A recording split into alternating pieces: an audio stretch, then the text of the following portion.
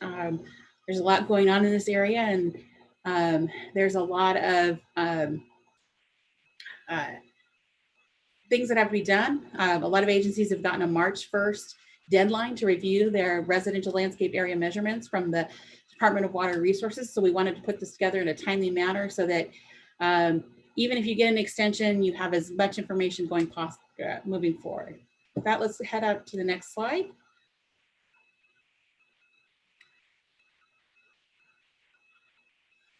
This is just a quick overview of the agenda. We'll do introductions for the next 15 minutes or so. We're going to have a quick poll to find out who's here and what you're interested in.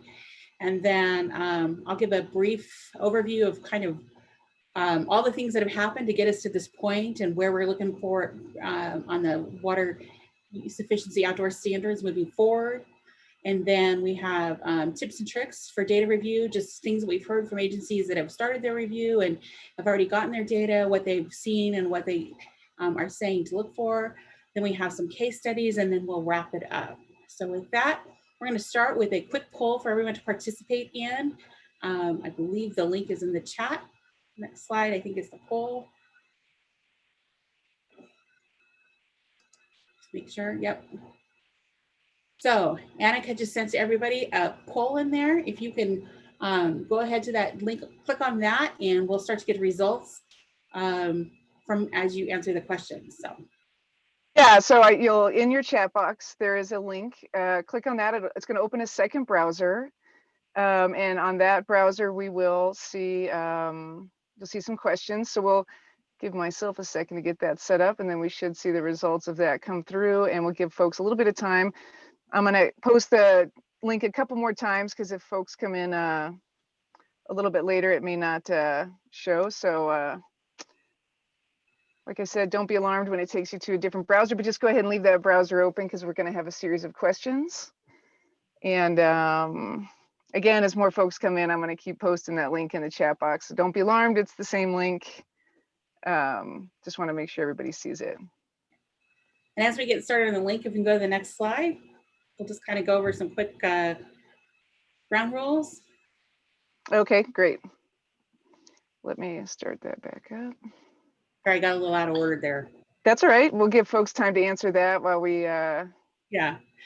So if possible, we'd like you to just rename yourself in the Zoom so we know who's online and what agency you're from. When you're speaking, if you could turn on your video if possible, just to let us know, again, so we can see your faces. Otherwise, we're asking that everyone kind of keep the videos off so that we can focus on the speaker. Background noise, obviously, I think we've hopefully heard that many times in the last year or so. Stay on mute if you're not talking. Most of you are already muted. Open the chat plane so you can see what others are saying and questions they're asking, and then use the chat function to ask a question. And with that, now we'll give the poll everywhere instructions on the next slide.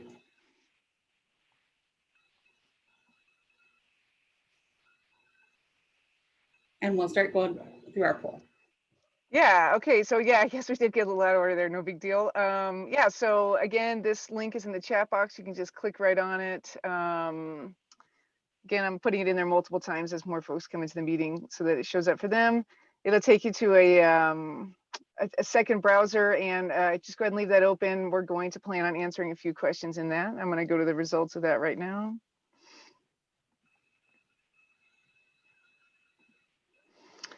So this first one, as you can see, where you're located on the right here, we have the San Diego County Water Authority. Annika, we're still seeing the slides.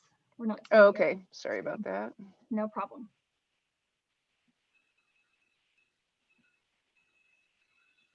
Oh, there we go. Perfect.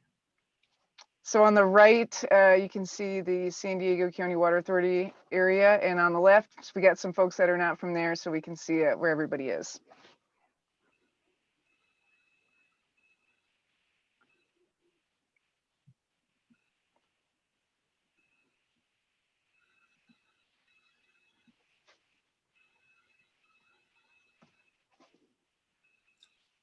Someone's in the middle of the ocean. All right. Yeah, maybe there's some unknown island that we don't know about there. We're working for a boat. Yeah, there we go. That'd be great. Oh, there's more in the ocean. Yeah, just for fun. Just for fun.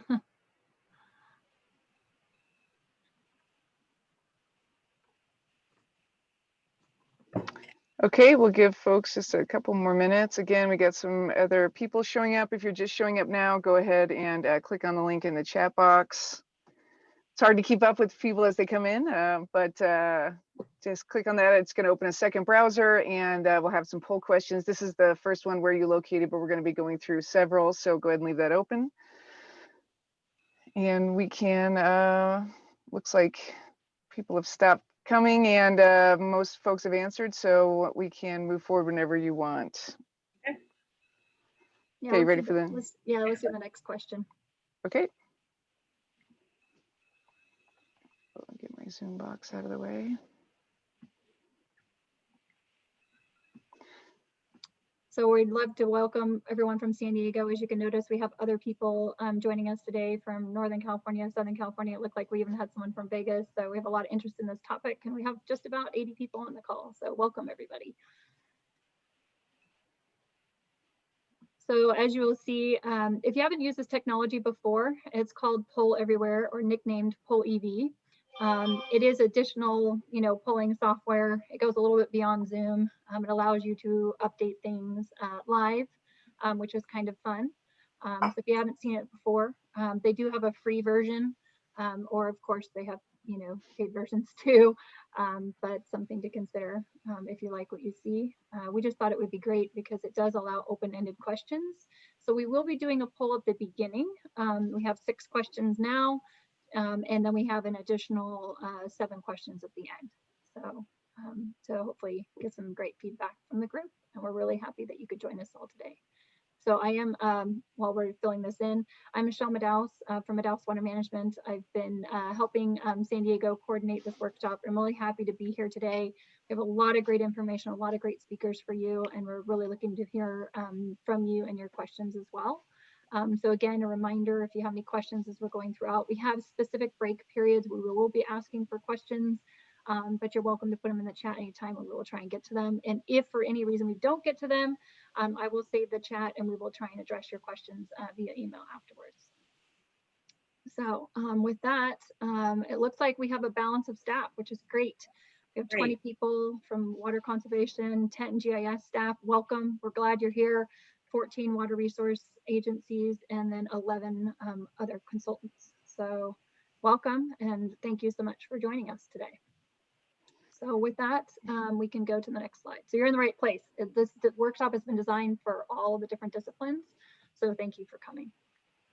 And to the folks who just were admitted, go ahead and look in your chat box and click on the link there, and that's going to open a second browser, and you can participate in the polls also. So we were curious, DWR has been releasing the information on a rolling basis. So we're asking a basic question: have you gotten your data or not? And then if you have gotten your data, are you looking at it? Or are you just starting? Or are you still waiting? So we know it's a moving target. We had Joni gave a survey last week, about it, but we knew even since then, supposedly DWR is giving out at least 30 a week. So we thought it would be a great chance to ask you guys and see where everyone's at and share it out with the group, how everyone's doing. So. And they're reaching they're close to the end of the data. I think they had 330, they were saying at the end of last week, out of 399, so. Yeah, so far it looks like 23 of the agencies have data. It's like 6 people have it, but haven't started reviewing it. You're in the right place. This will hopefully help you. You don't have your data yet. Well, this is a good preview for you. Oh, 10 people now. And then 3 people or 4 people now. I like how live updates have their data, but or a plan in place to review it. So again, this would be a great place for you. So welcome. All right, next question. And just one of our first tips of the day is that one of the things we've heard from agencies is the data can be going to just about anyone in the agency if you've worked with DWR in the past. And so just make sure that, keep an eye out for it, check with different people, make sure it gets to the right place once you get it.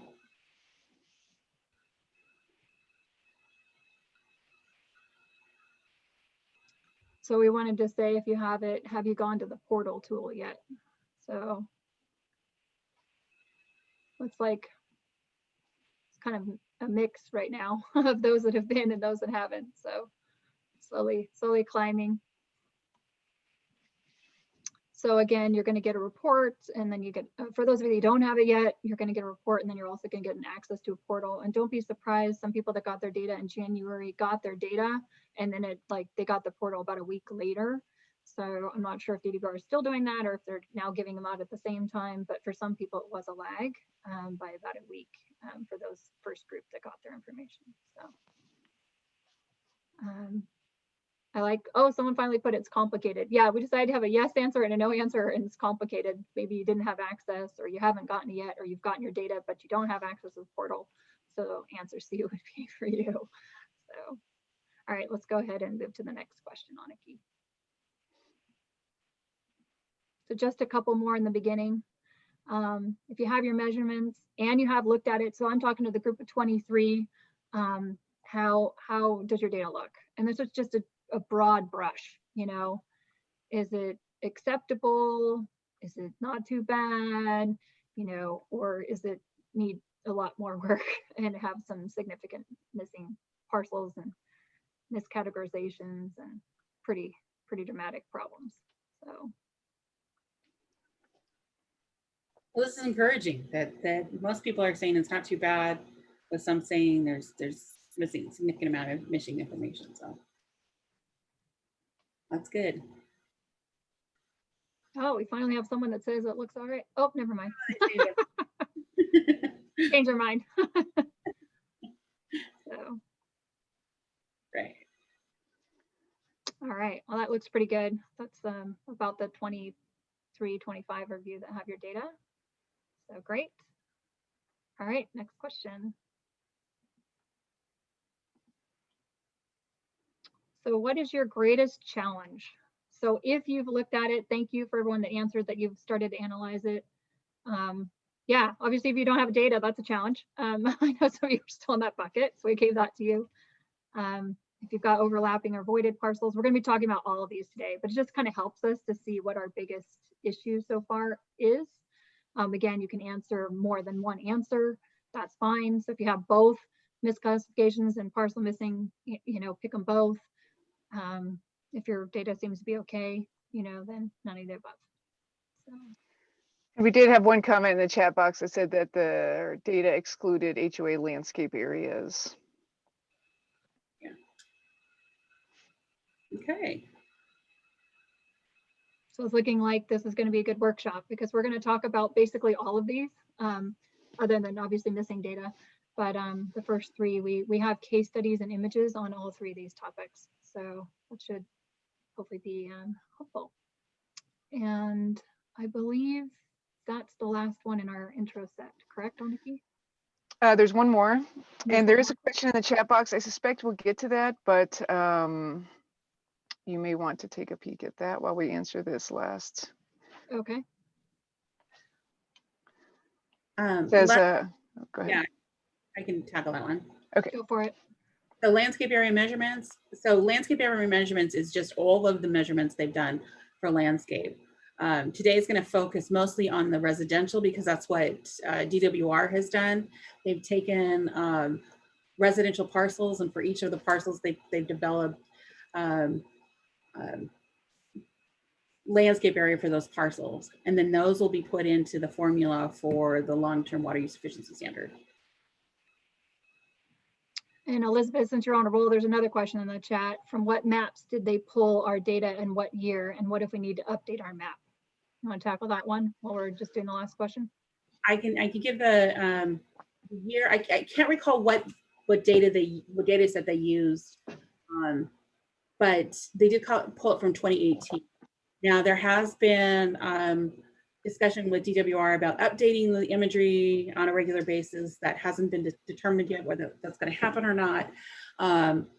But there has also been discussion of if there's growth in your area, what can you do to estimate that growth and include it into your target. That's part of the ongoing discussions that's being determined through the standards for the standards work group and the variance work group as well.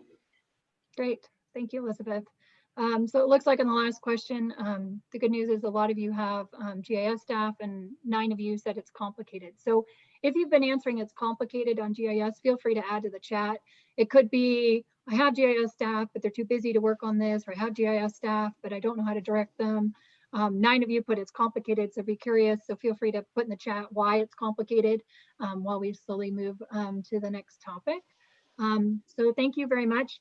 If you liked Poll EV, not to worry, we have some more at the end. So we're going to give you a bunch of information and ask and talk to the group towards the end. We have 6 more questions.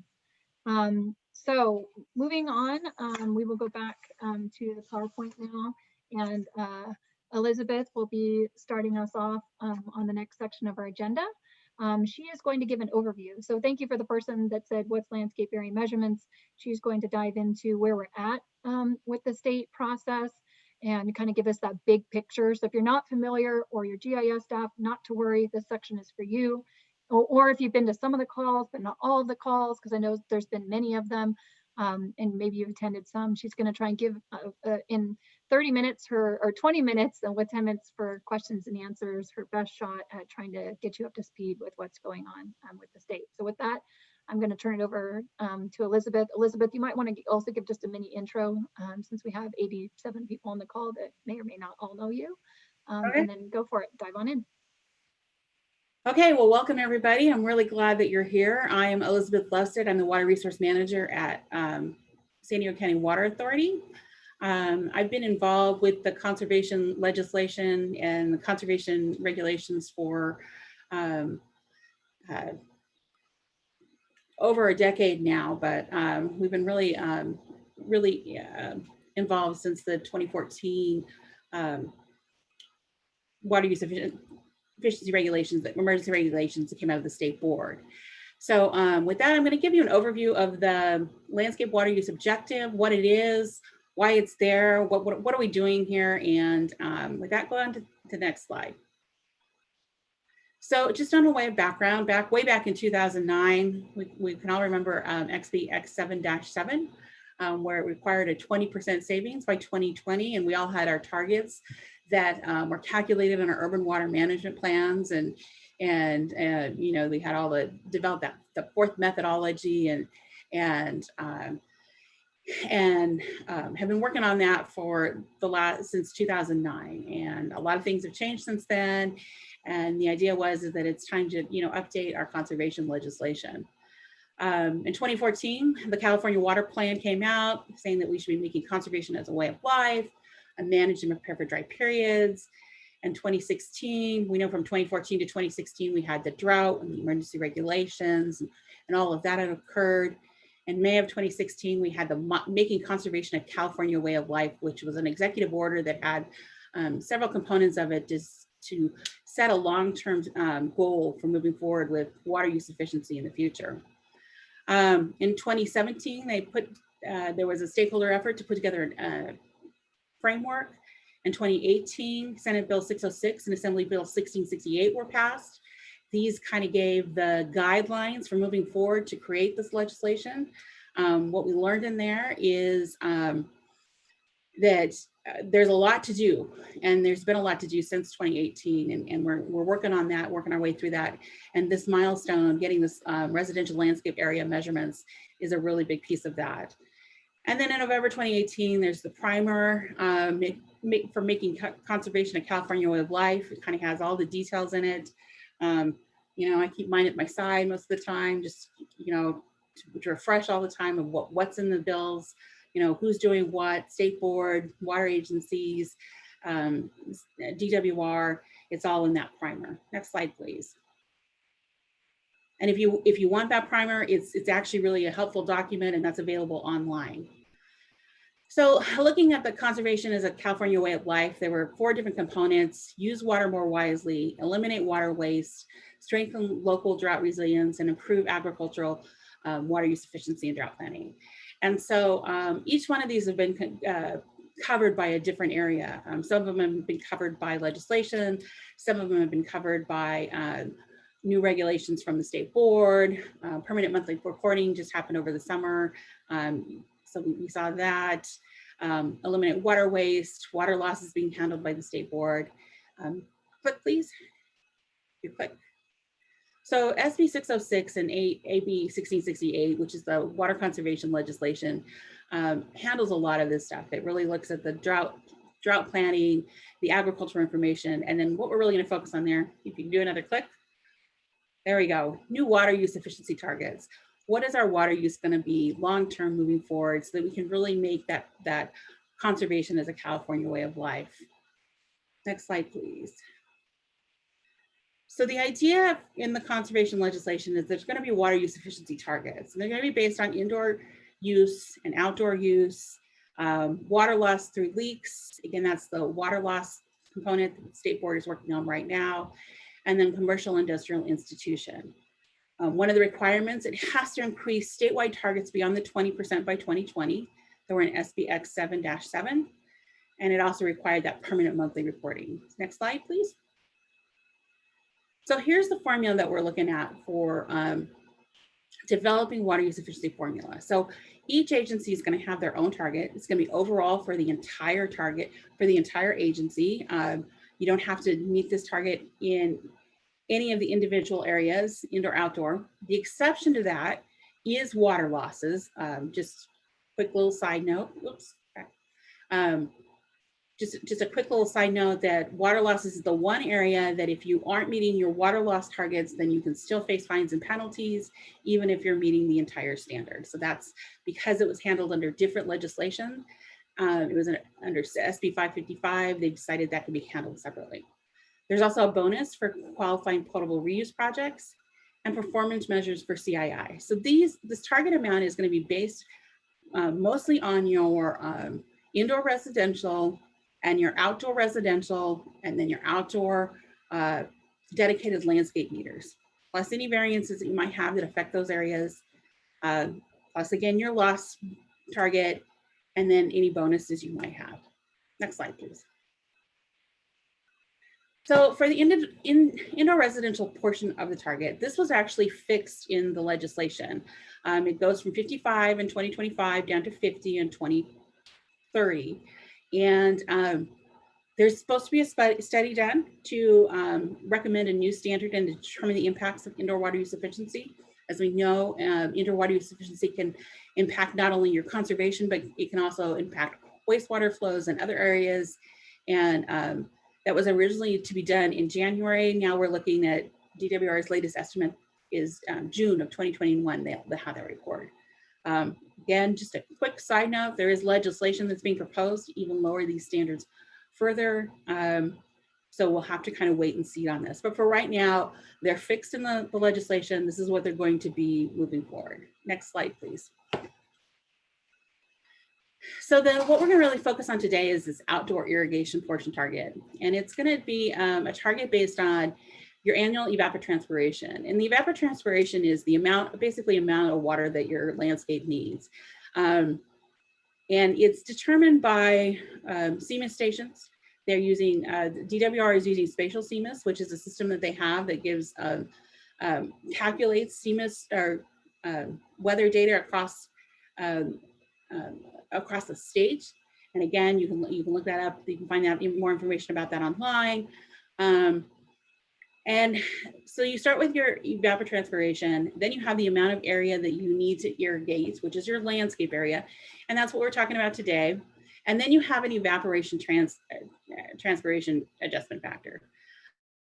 For turf grass, it usually is thought to be around 100. I know that those people that are really, can probably correct me on that, but it's about 100.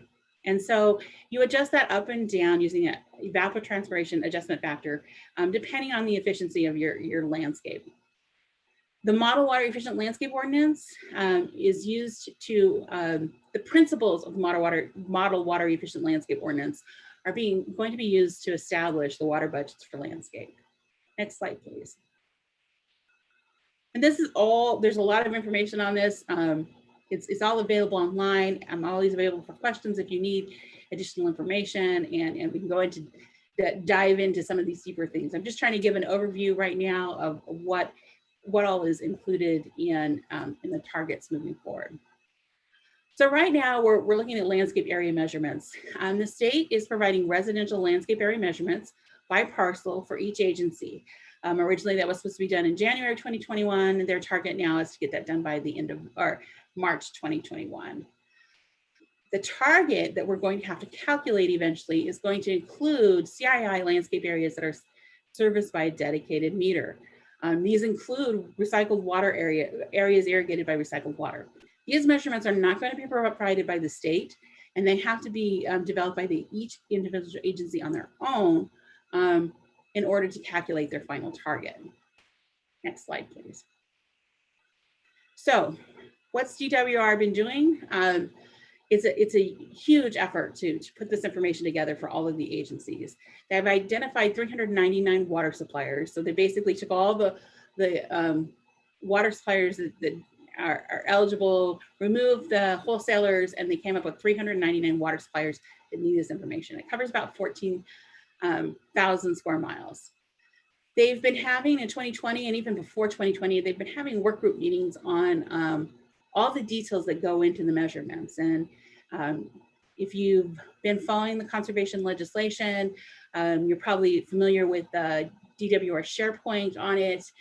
They have all the presentations, all the information from these work groups in that SharePoint. And, you know, I was just kind of flipping through it in preparation for this, this meeting, this presentation, and there's a lot of detail in there, and there's a lot of data in there. If you really want to know how they were putting together these calculations and coming up with these targets and this landscape area measurement, I encourage you to go there and kind of look at those. There's a lot of information. As of last week, DWR was saying that they delivered about 330 water suppliers their data. And then again, they plan to deliver it to everybody by the end of March. So, most agencies got an email. It had a report with it. It had GIS files, and then eventually you got a link to their tool that could allow you to kind of view the GIS data, even if you didn't have a GIS system of your own. And again, it could have gone to anyone that's worked with DWR. There were some agencies that weren't sure who it had gone to, and it had gone to somebody they didn't expect. So, so again, keep an eye out for it. You should be getting yours soon if you haven't gotten it already. Hopefully, we'll see most of them in the next couple of weeks. Next slide, please. So this is where we start to kind of really dig in. I'm going to try not to get too far into the weeds on this, but just wanted to let you know what's in those files and what you're going to see. And what DWR did is they did an analysis, they did modeling to come up with, to put the different plants and hardscape and other things into 3 different categories. It's irrigated, and I get these mixed up all the time. Irrigable, not irrigated, and not irrigable. Mostly I just say the wrong one. Irrigated is the first category, and I think that's one of, in some ways, the simplest one. You can kind of see the example there. I pulled this from DWR's slides from one of their work groups. Irrigated is those areas that are really obviously irrigated. You know, the green lawns, turf grass. You know, if you have trees next to a house and it's, you know, everything looks like it has a sprinkler system to it or something. If you have a planter area, you know, that has, you know, plants and trees in it, then obviously that whole area is included. Vegetation in planters. And then if you have a water feature, so if you have a pool or pond or something like that, that's, you know, in that residential category, it's included in that irrigated area. The next area that you have is irrigable, not irrigated. And this is probably the most challenging section. And this has been covered a lot in those DWR work groups. And it's, you know, what do you do with those areas that could be irrigated, but aren't currently irrigated, and you're not sure when they will be irrigated. And a sample of that is, you can see that picture there. So you have all those houses with the backyards irrigated, and they've got those, you know, nice trees and pools and all that. And then you have that neighbor right there with nothing in the backyard. You know, and the challenge is that, you know, right now that house could have nothing in the backyard, but it could be sold next week. And then the new owner could put in, you know, landscaping similar to his neighbors, which would be a lot of landscaping. Or it could just be the homeowner decides one day that, hey, we're gonna irrigate our backyard. And so that's kind of that question mark area. Irrigable, not irrigated. You know, where should that be, should be calculated, and what should be included in that, and how should that be part of the target? So this includes brown lawns. A lot of the early discussion in 2018, we were coming off the drought, and there was still a lot of residential customers and people that had turned off their lawn sprinklers during the drought and let their lawns die, and those lawns had not all come back. The other thing is mulched areas without vegetation. If you have bare soil, I mean, kind of like you see in the picture there, that it's all graded, but it has nothing's in it yet. That's all included in that. Irrigable, not irrigated. And then the not irrigable is just areas that aren't developed, impervious surfaces. You can see that kind of in the last example down there. You know, you have the driveway. You know, it looks like there's a lot of area around that picture and that parcel that's more native and just probably doesn't get a whole lot of irrigation. Next slide, please. So the process the DWR went through, and again, this is the very simplified version of it. I'm going to say that I'm not an expert on this. I have attended all the workshops and I've heard through this, but GIS is, I know enough about GIS to be dangerous, but this is the process they did. They used a 2018 imagery and they created a unique model for each district. One of the things that people who have received their data have kind of discussed is that there's not shapes associated with each type of land use inside those parcel areas. They get a number, but they don't actually get a shape. And the reason for that is because they didn't physically measure every single parcel. They measured some sample parcels, and then they used a model to use the data that they got from the imagery analysis to put it into those three sections. So they would use they would look at similar neighborhoods, and they would say, okay, X% goes into this pot, X% goes into this pot, and X% goes into this pot. So it's a calculated number. It's not necessarily a physically measured number. They're taking the information they got from the imagery analysis and putting it into to different pots to get model results. And so what they did is they have a unique model for every district. They tried to look at similar landscape types. So if you have, you know, a urban area or cookie cutter type lawns, they use that to kind of do one calculation. And if you have more, you know, rural areas, they use that for another calculation. And then what they would do is they would take those model results and compare it to a sampling of digitized classification. So they had somebody measure out, do the physical measurements on there. And then they would compare, okay, how do the measurements meet up with the model that was created? And they would kind of repeat this, this cycle over and over again until they got to the 5% accuracy on the district level. Again, each individual parcel is not necessarily going to match what was measured for that parcel, that digitized copy, but as you add up the parcels together, you should kind of get a balance. So this is kind of what they did. They sampled, they estimated, they checked it, and then they repeated, and they repeated and repeated until they got to that accuracy that they needed. And again, a lot of this is covered in the work groups. People did sampling, measuring, you know, there was a lot that went over on this. And so they really tried to work on making sure that they were accurate with the approach that they took. Just one note on this is that while they did they did measure against themselves, is that there wasn't any comparison between their data and somebody else who had independently done measurements on their area. So that's kind of something that might be moving forward, something to look at to see if, you know, what you're seeing in your area and the imagery information or landscape information that you have, how does that stack up to what the state's provided? Next slide, please. Next slide. So again, I stole this from a DWR presentation. They're looking for district level results. So, this might be the, on the left there, this might be what the model says. What they predict is that some of it will match the model, some will be higher than the model, some will be lower than the model, but overall it'll all balance out. And for the whole agency, you get your information within that 5% accuracy. Next slide, please. So as we've been working through the methodology and the data and working with the state and developing these standards, there's a lot of issues that still need to be resolved. First, of course, the first thing that's come to the forefront in the last couple of months, since January, basically when people started getting their data, is of course making sure the landscape area measurements for the residential is correct. But beyond that, there's also things that need to be looked at as we looked at the outdoor use standards. How are irrigated versus irrigable going to be calculated?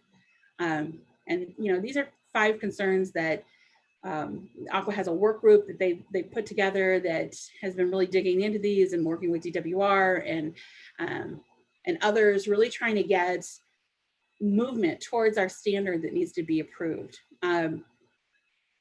And UWUO, again, principles and changes over time. And UWUO is a design requirement. Not all people keep that design requirement. If you have a new house with new water efficient landscaping, the most heartbreaking thing as a conservation professional is to see somebody tear that landscaping out and put in a lot of green grass. But it happens. It's a design standard. It's not a performance standard, and it's changed over time. Things like effective precipitation, how is DWR going to account for that? Inconsistent land use classifications. Again, we've seen that in the, some people think that multifamily is commercial, some think it's residential. How are we going to categorize that? What if it's mixed use? What if it's residential on top of commercial? What does that count as? Which pot is this going to be in? And although it all makes one complete target, we have to make sure that whatever is going into the target is accounted for with what you're reporting when you report out your water use. And then again, water use reporting, again, it's not always easy to tell which meter is feeding which parcel, especially when you're talking about commercial areas or multifamily. How do we do that and make sure that we're getting, again, the same information on both sides of the equation, the target and the water use. Next slide, please. So just to go into some detail on irrigable and irrigated. Now, we know that the water use objective needs to be lower than 20 by 2020. Currently, as it's written, the indoor standard is fixed at 50 gallons per capita per day by 2030. So we put together, this is just a sample calculation. This is not related to any sort of real world information. It's just a sample, and just kind of like what we wanted to do is see what happens when we use more or less of the irrigable or irrigated and how that impacts different areas.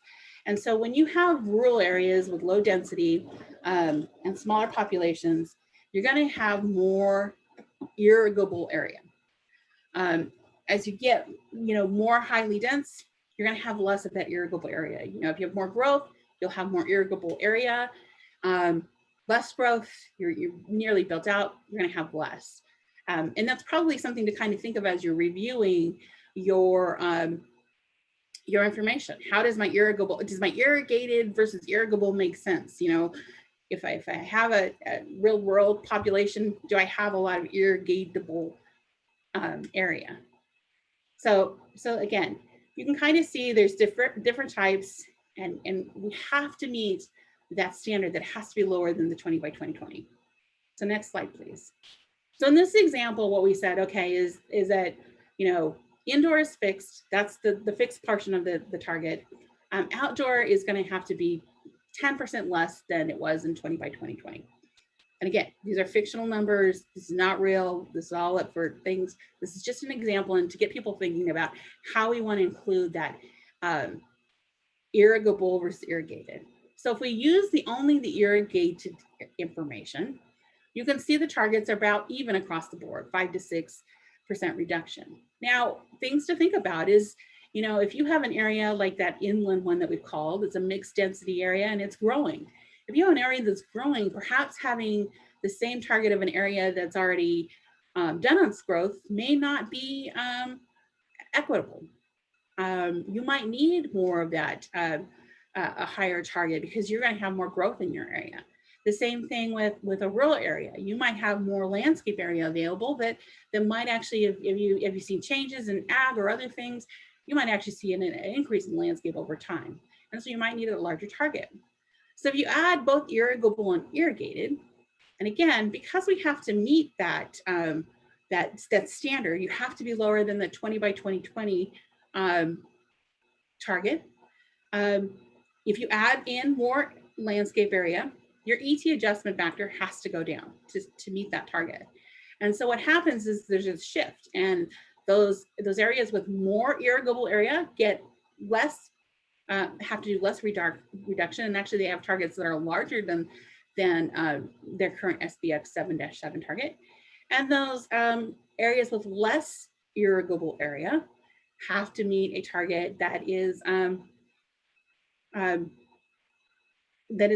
have to cut back more. And so there's a happy medium between these two areas. And so I think it's something that we really need to kind of keep in our minds and think about, especially as we go to, there's a meeting tomorrow on standards and regulations. And this is one of the things that's going to be discussed. And so just something to think about as you're thinking about where is this going to be long-term? What is my long-term target going to be? What do I have? How much irrigable versus irrigated area do I have?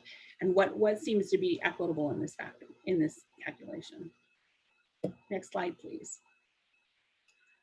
So I know that was a lot of information.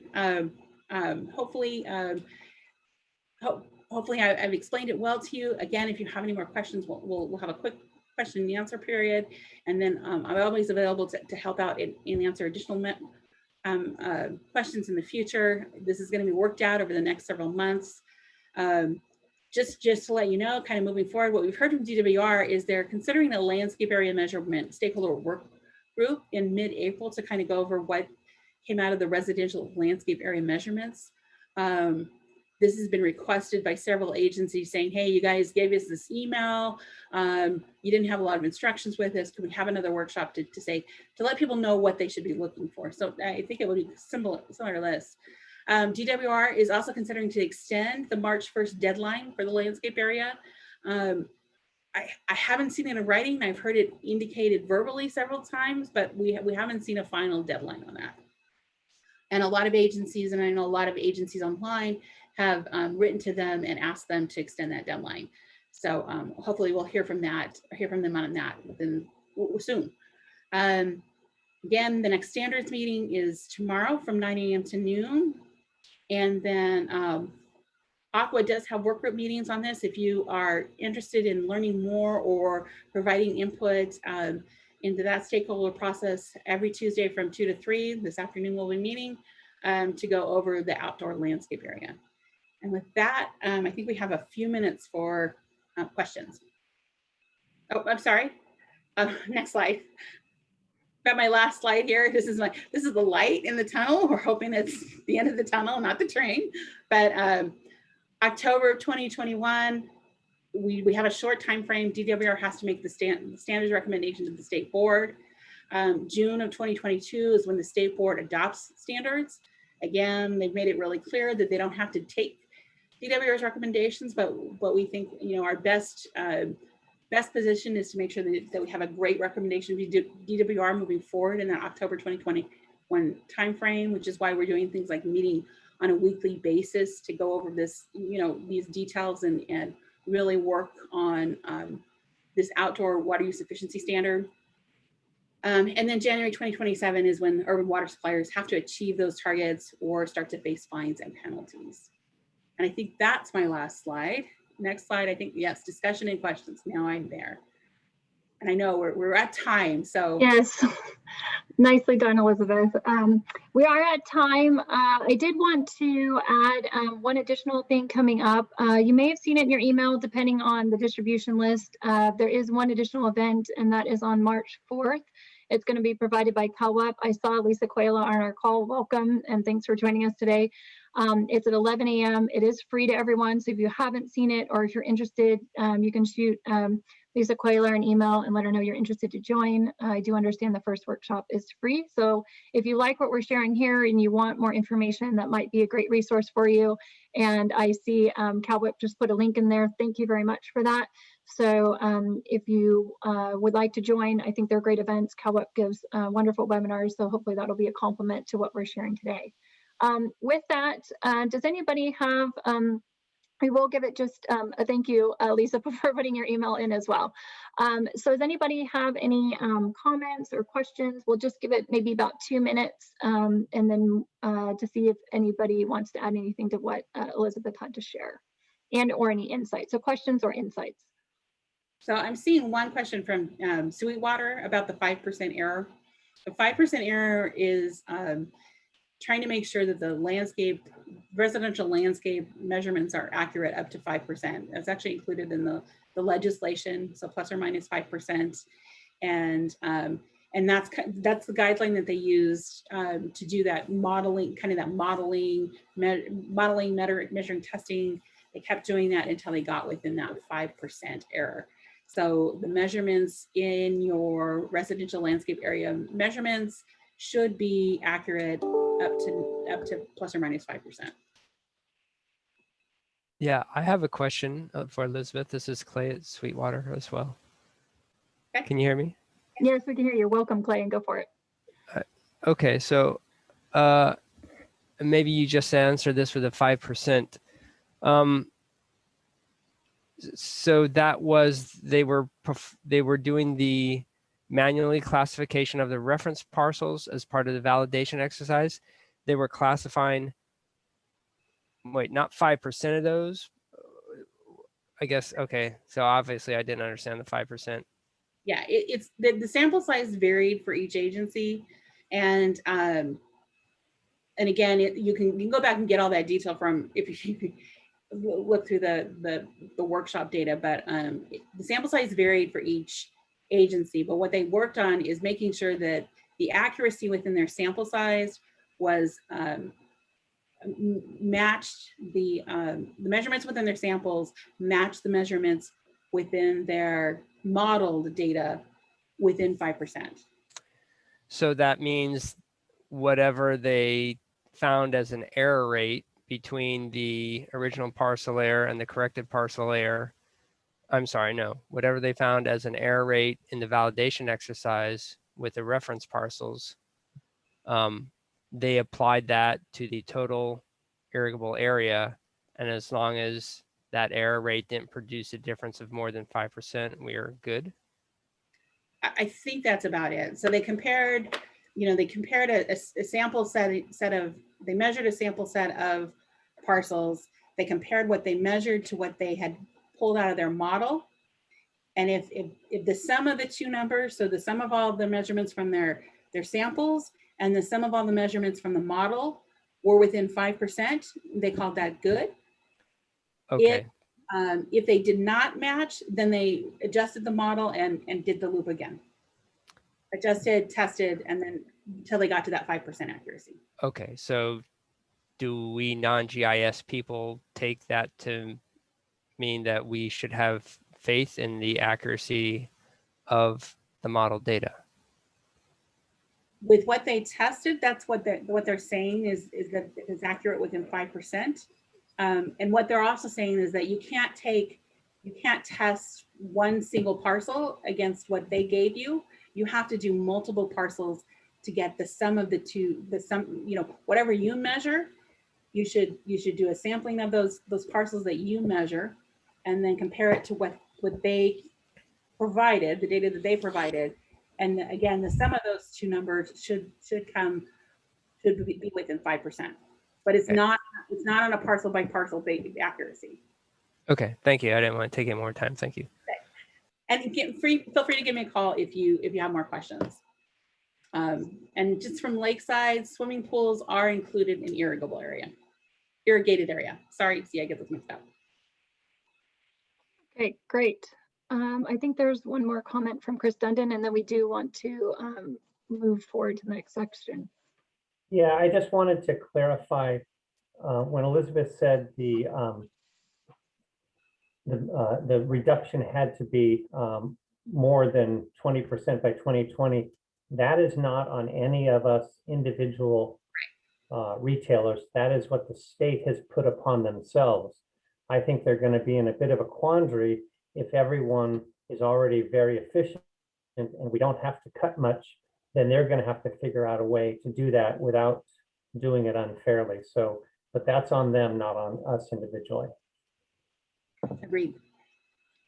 Thanks for that Great. clarification. All right. And I think I did see another question from Sweetwater. Did you have a quick one, Jim, it looked like? I saw you raise your hand. Should we be seeing the polygons on each individual parcel showing, for example, the irrigable areas, the non-irrigable or impervious areas? Because I'm not seeing those polygons. I see it in the void layer, but not on the residential parcels. No, because they've calculated that information. Okay, that's because that's confusing, because all the examples show the individual parcel and all the little polygons showing, you know, grassy areas, trees and such, but that's not, in reality, that's not what we're looking at. Yeah. Okay, thank you. Great.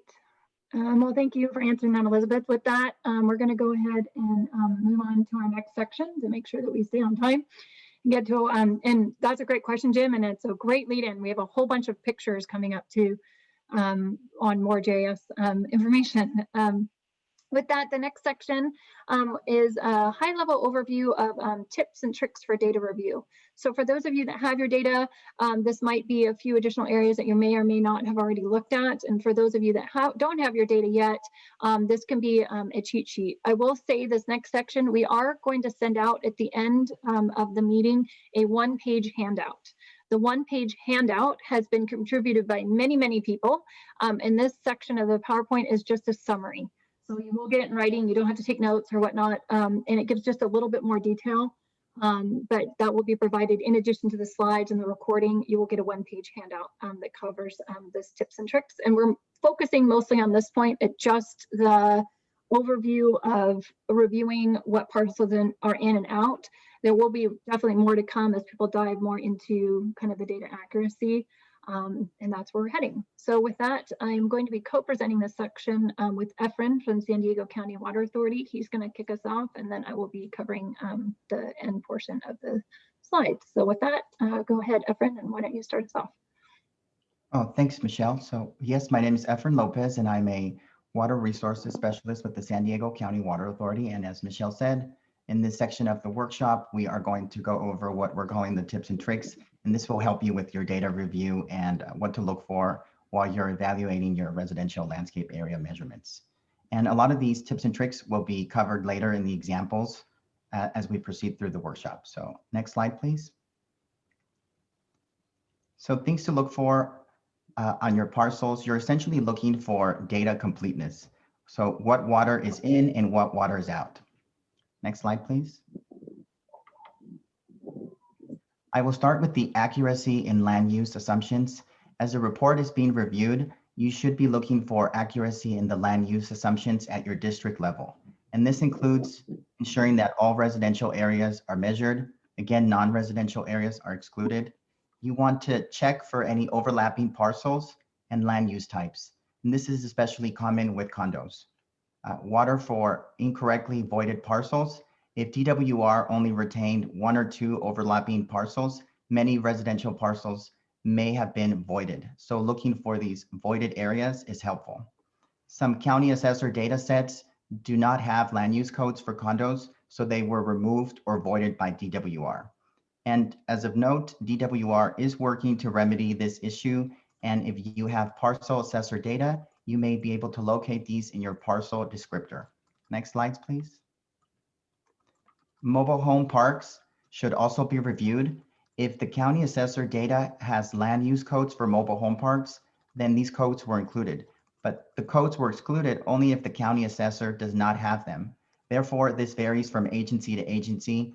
But if mobile homes are considered residential in your service area, then they should be included in the report. The case studies later in the workshop will cover this in a bit more detail. Next slide, please. And multifamily landscape areas should be correctly associated with meter types. This includes residential meters, commercial, or dedicated landscape meters. And really, it depends on your billing system. Next slide, please. Boundary areas, especially when closely shared, should be reviewed for accuracy. You want to review cutouts and non-adjoining areas. DWR has stated that the focus is on treated water retail deliveries. Next slide, please. And agriculture water used by residential, the agriculture water use served by residential meters. So where agriculture water use is greater than 1 acre, these parcels are excluded from the residential report. DWR produced an agriculture mask overlay for residential parcels to help measure these areas. So again, anything that's less than 1 acre will be included. If it's more than 1 acre of agricultural water use, it's not in the report. Next slide, please. And parkways. So parkways are that area between the sidewalk and the road and irrigated by residential customers. They were excluded from the landscape area measurement. They were excluded if they were considered areas outside of the residential parcel boundaries. So you might want to evaluate the impact that parkways might have in your service area, because watering parkways varies from water district to water district. And that concludes my part of the tips and tricks. Michelle will go over a few more tips and tricks with you. Thank you. Great. Thank you, Efren. So to continue the story, it's been mentioned by Elizabeth earlier. The imagery is from 2018 by and large. So if we're sitting now in 2021, you can imagine it's been a few years. So new development may have been excluded. We're going to show you in the case studies coming up a few images of this actually applied, and or if anything has been developed since that time, definitely take a look and match up your maps and then indicate that information back to DWR. Especially if you're growing, this would be more important for you to take a look at. Next slide, please. Easements is something also to think about. It's similar to what Efren was talking about with parkways, but you might have a public right-of-way and then also utility easement. Some of those utility easements actually do go into what you would consider the front yard of many properties and sometimes a backyard. So think about that information, because most of the parcel data is based on the owner of the property. However, the easements may be irrigated as part of their yard. So therefore you would want that area included. This does tend to happen more when there's no sidewalk. Older properties didn't necessarily have sidewalks, so something to take a look at. And if it's irrigated, you can indicate that back to DWR in your letter. Next slide, please. Recycled water. So definitely take a look at how it's handled. If you have a lot of recycled water in your area, especially if you have a homeowners association, first of all, identify it, look at it in your billing system, and then see how DWR handled that for you. Again, we are focused on retail water that's treated. So take a look at how it's been handled. And if you think it's been handled inappropriately, go ahead and indicate that back to DWR in your analysis letter. Next slide, please. So moving forward, as you're going through this, one thing to look about is maybe set up yourself a system, because this is not going to be the only time you're going to be reviewing this data. Moving forward into the future, right now we have 2018 maps. If we move forward in the future, are we going to change those? Think about how you're going to take these codes and this information that you're developing right now and look at it again in the future. So if you're aligning billing categories, homeowners associations, mobile home parks, think about indicating that and keeping it in your GIS system or in some sort of tracking spreadsheet so that you can reference it in the future, so that you don't have to do it all over again, because it's definitely not the first time you're going to be reviewing this information. So keep that in mind when you're setting up your system to make it easier on yourself in the future. Next slide. Land use codes, a little bit about that. So by and large, most of the codes you're going to see are in the 1,000 to 1,999. Those are deemed residential land use codes. However, there are a couple codes that people have been finding additional quote missing properties. If you're kind of cruising around your GIS and all of a sudden you see things missing, you might know, well, where did they go? One place to look would be 8001. That could be a vacant residential lot.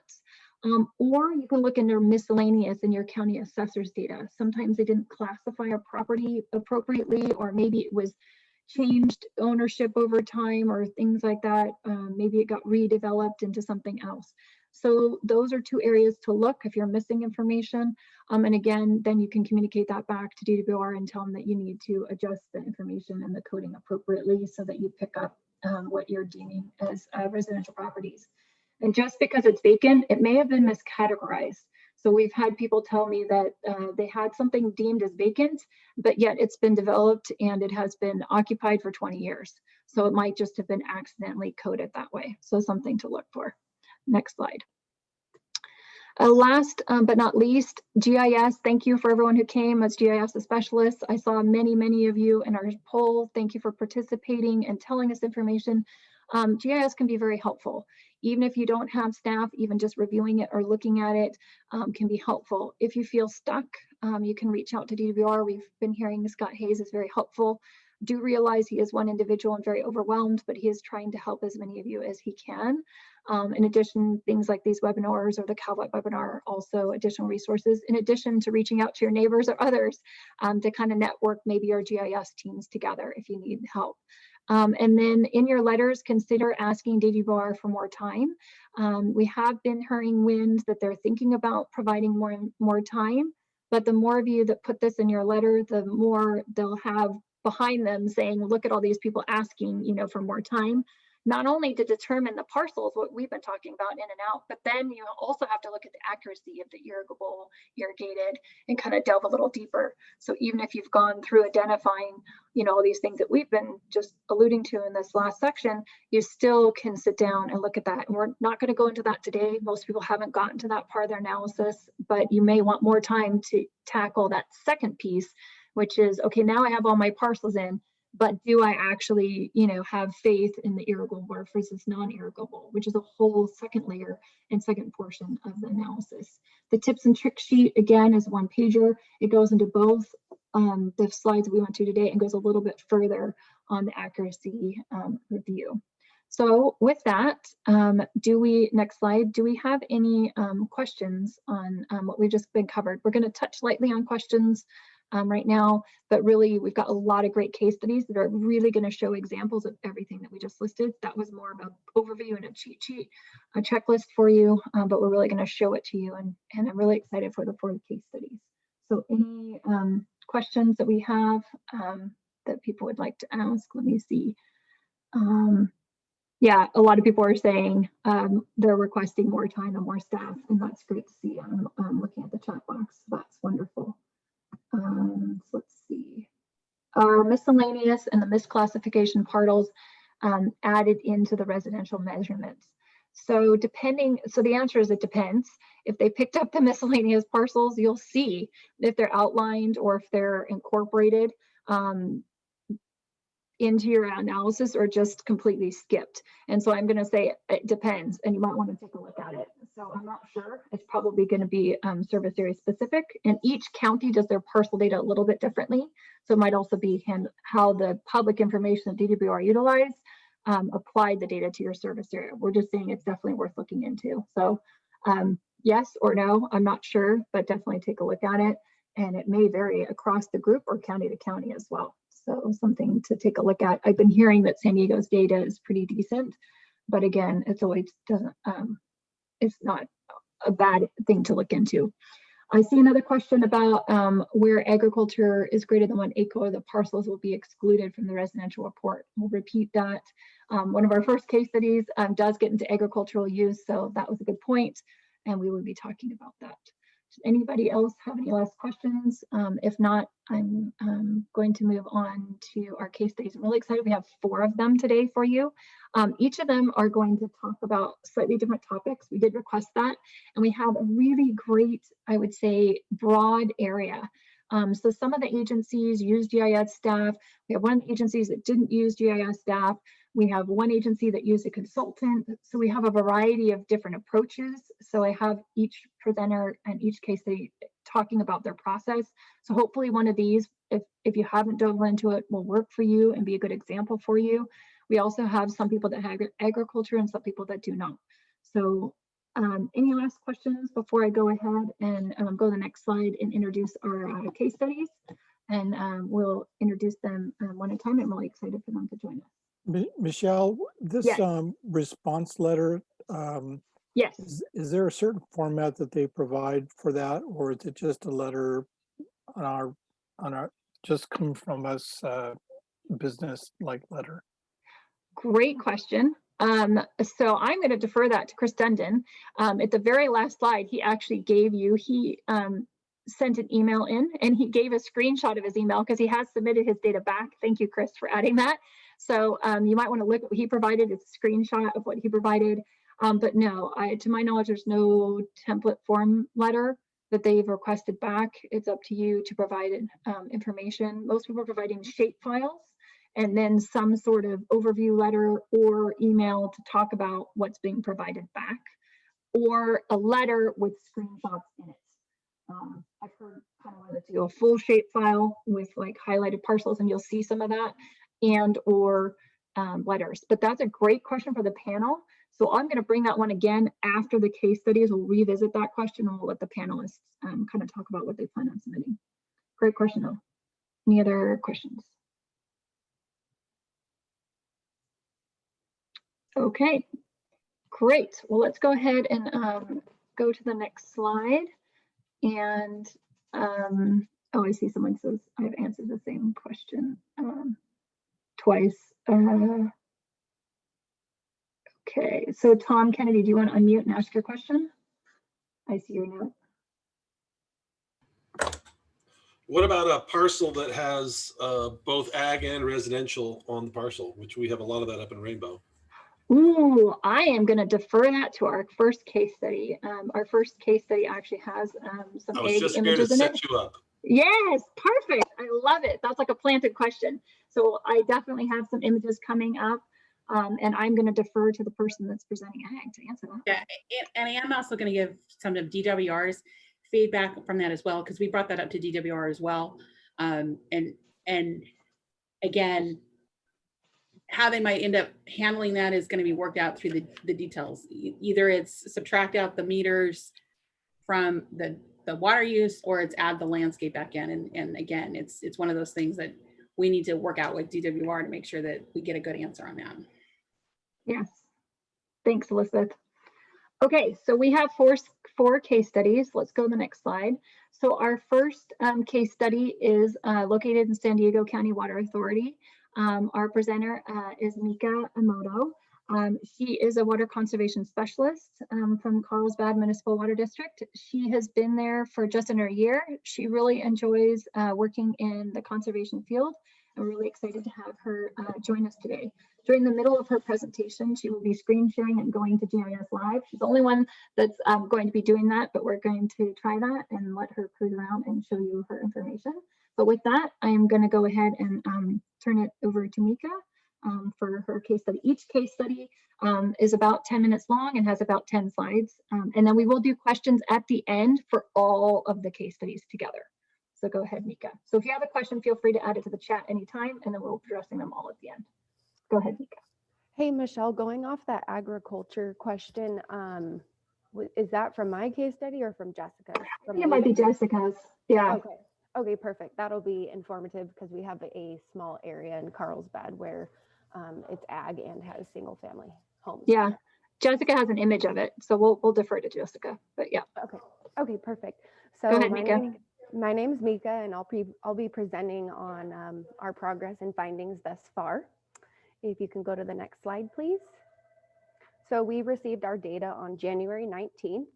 We received access to the verification portal on January 27th, and our deadline for review is March 1st. One of the first steps that we took was reaching out to Scott from the DWR about this deadline and seeing about a possible extension.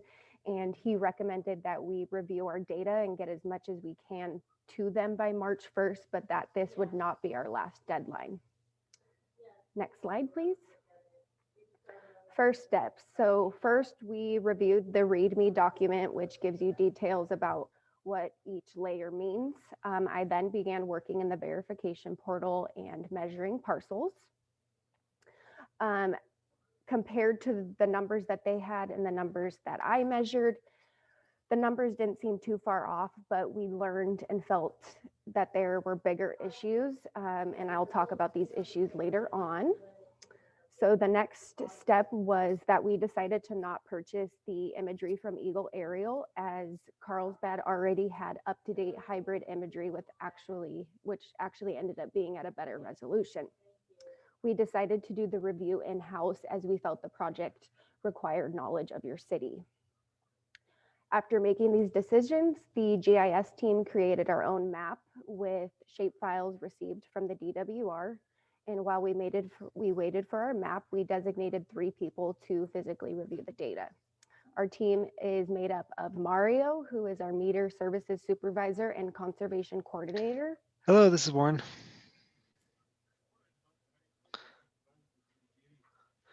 I'm doing good. Hey, Warren, you're not on mute. Yeah. Okay. Mario, who is meter services supervisor and conservation coordinator. Matt, who is a cross connection technician, and then myself, conservation specialist. Mario and Matt were both meter readers and walked the city, and that allows them to have really good knowledge of the city. And then I have some basic GIS knowledge, which has made it easy for us to maneuver around. Once we began reviewing our in-house map, we came across several questions. So we contacted Scott from the DWR and a representative from Eagle Aerial. I highly recommend calling them with any questions you have. They're super helpful and very responsive. In those conversations, they stated to start by reviewing your disputed parcels layer, note multifamily complexes with green space between the buildings, and finally, review older properties which are blanketed with 1 or no classifications. Carlsbad had 2 disputed layers. One belongs to CMWD and one does not. All of our apartment and condo complexes have green space irrigated by its own irrigation meter. So we plan to bring that to DWR's attention in a written document, which I will mention later. And finally, we did not have any issues with older properties being blanketed with 1 or 2 classifications. Next slide, please. So here is where I will screen share.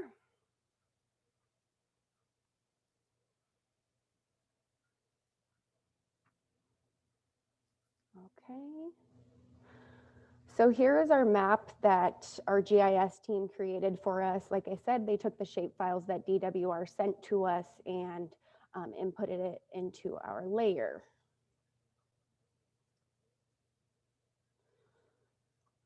So what we did is our GIS team created an edited layer so that we could go in and mark up parcels.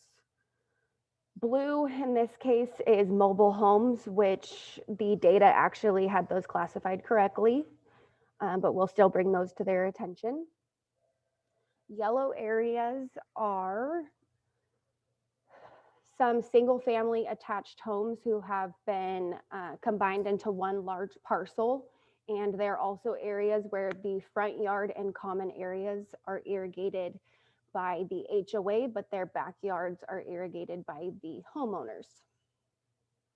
Let's see. And then red is our disputed layers. And this is an example where a resort was classified as multifamily or single family. However, in our system, we have that classified as commercial. I did talk to Scott from the DWR about this, and he said, go ahead and bring it to our attention. and we'll respond accordingly, but he thinks that it may still end up being a part of the multifamily and single family allocation. And then I just wanted to scroll around a little bit more for you guys. Again, this is an area where the single family homes are attached, but in this example, they actually did it correctly where they divided the single family homes, but the front yard again is irrigated by the HOA. So we want to bring that to their attention.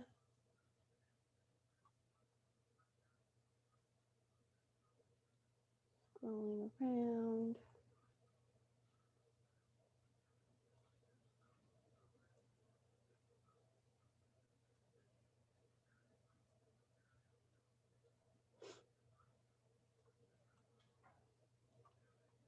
And again, this is a lot of data and parcels to go through, so we still do have a good portion of data to go through, and that's why we're trying to get them as much information as we can by March 1st, but we'll definitely ask for more time in our letter to them. Okay, I'm going to stop screen sharing.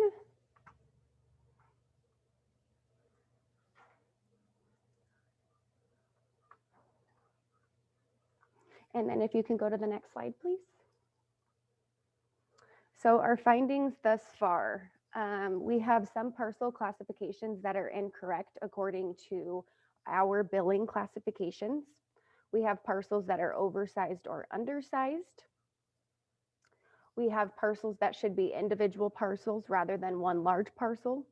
Some of our parcels include common areas, or they are an actual common area such as a park. And some parcels are out of line, meaning they are not properly outlining the property. And I have some examples of this in my next slides. If you could go to the next slide, please. So on the left, this is a senior home that the DWR has classified as single family or multifamily, which is under the parcels queried layer. But we classify it as commercial. Something else I want to bring to your attention is that the parcel is actually in half, so they only accounted for half of the senior home, not the full property. To the right, we have an example where the common park, middle left, it looks like a little raindrop, that was classified as single family or multifamily. If you click on it, it shows miscellaneous, but we are going to dispute that again because it is a park. Next slide, please. This is an example where the parcels go beyond the customer's property line, and it includes a common bank that lines up to the main road. Next slide, please. This is an example where the parcels are not properly outlining the property. If you can see, it's kind of cutting the house into 3/4. And next slide, please. And this is an example again where there's single family attached homes, 4 of them at a time, and they were accounted for one big parcel. Next slide. So our next steps are to scan through the map one final time before submitting the shape files to the DWR. And then we plan on creating a written document stating our findings and explaining the map that we've created. To go off of our, or to add into our document, we want to bring up issues that occur all throughout the city.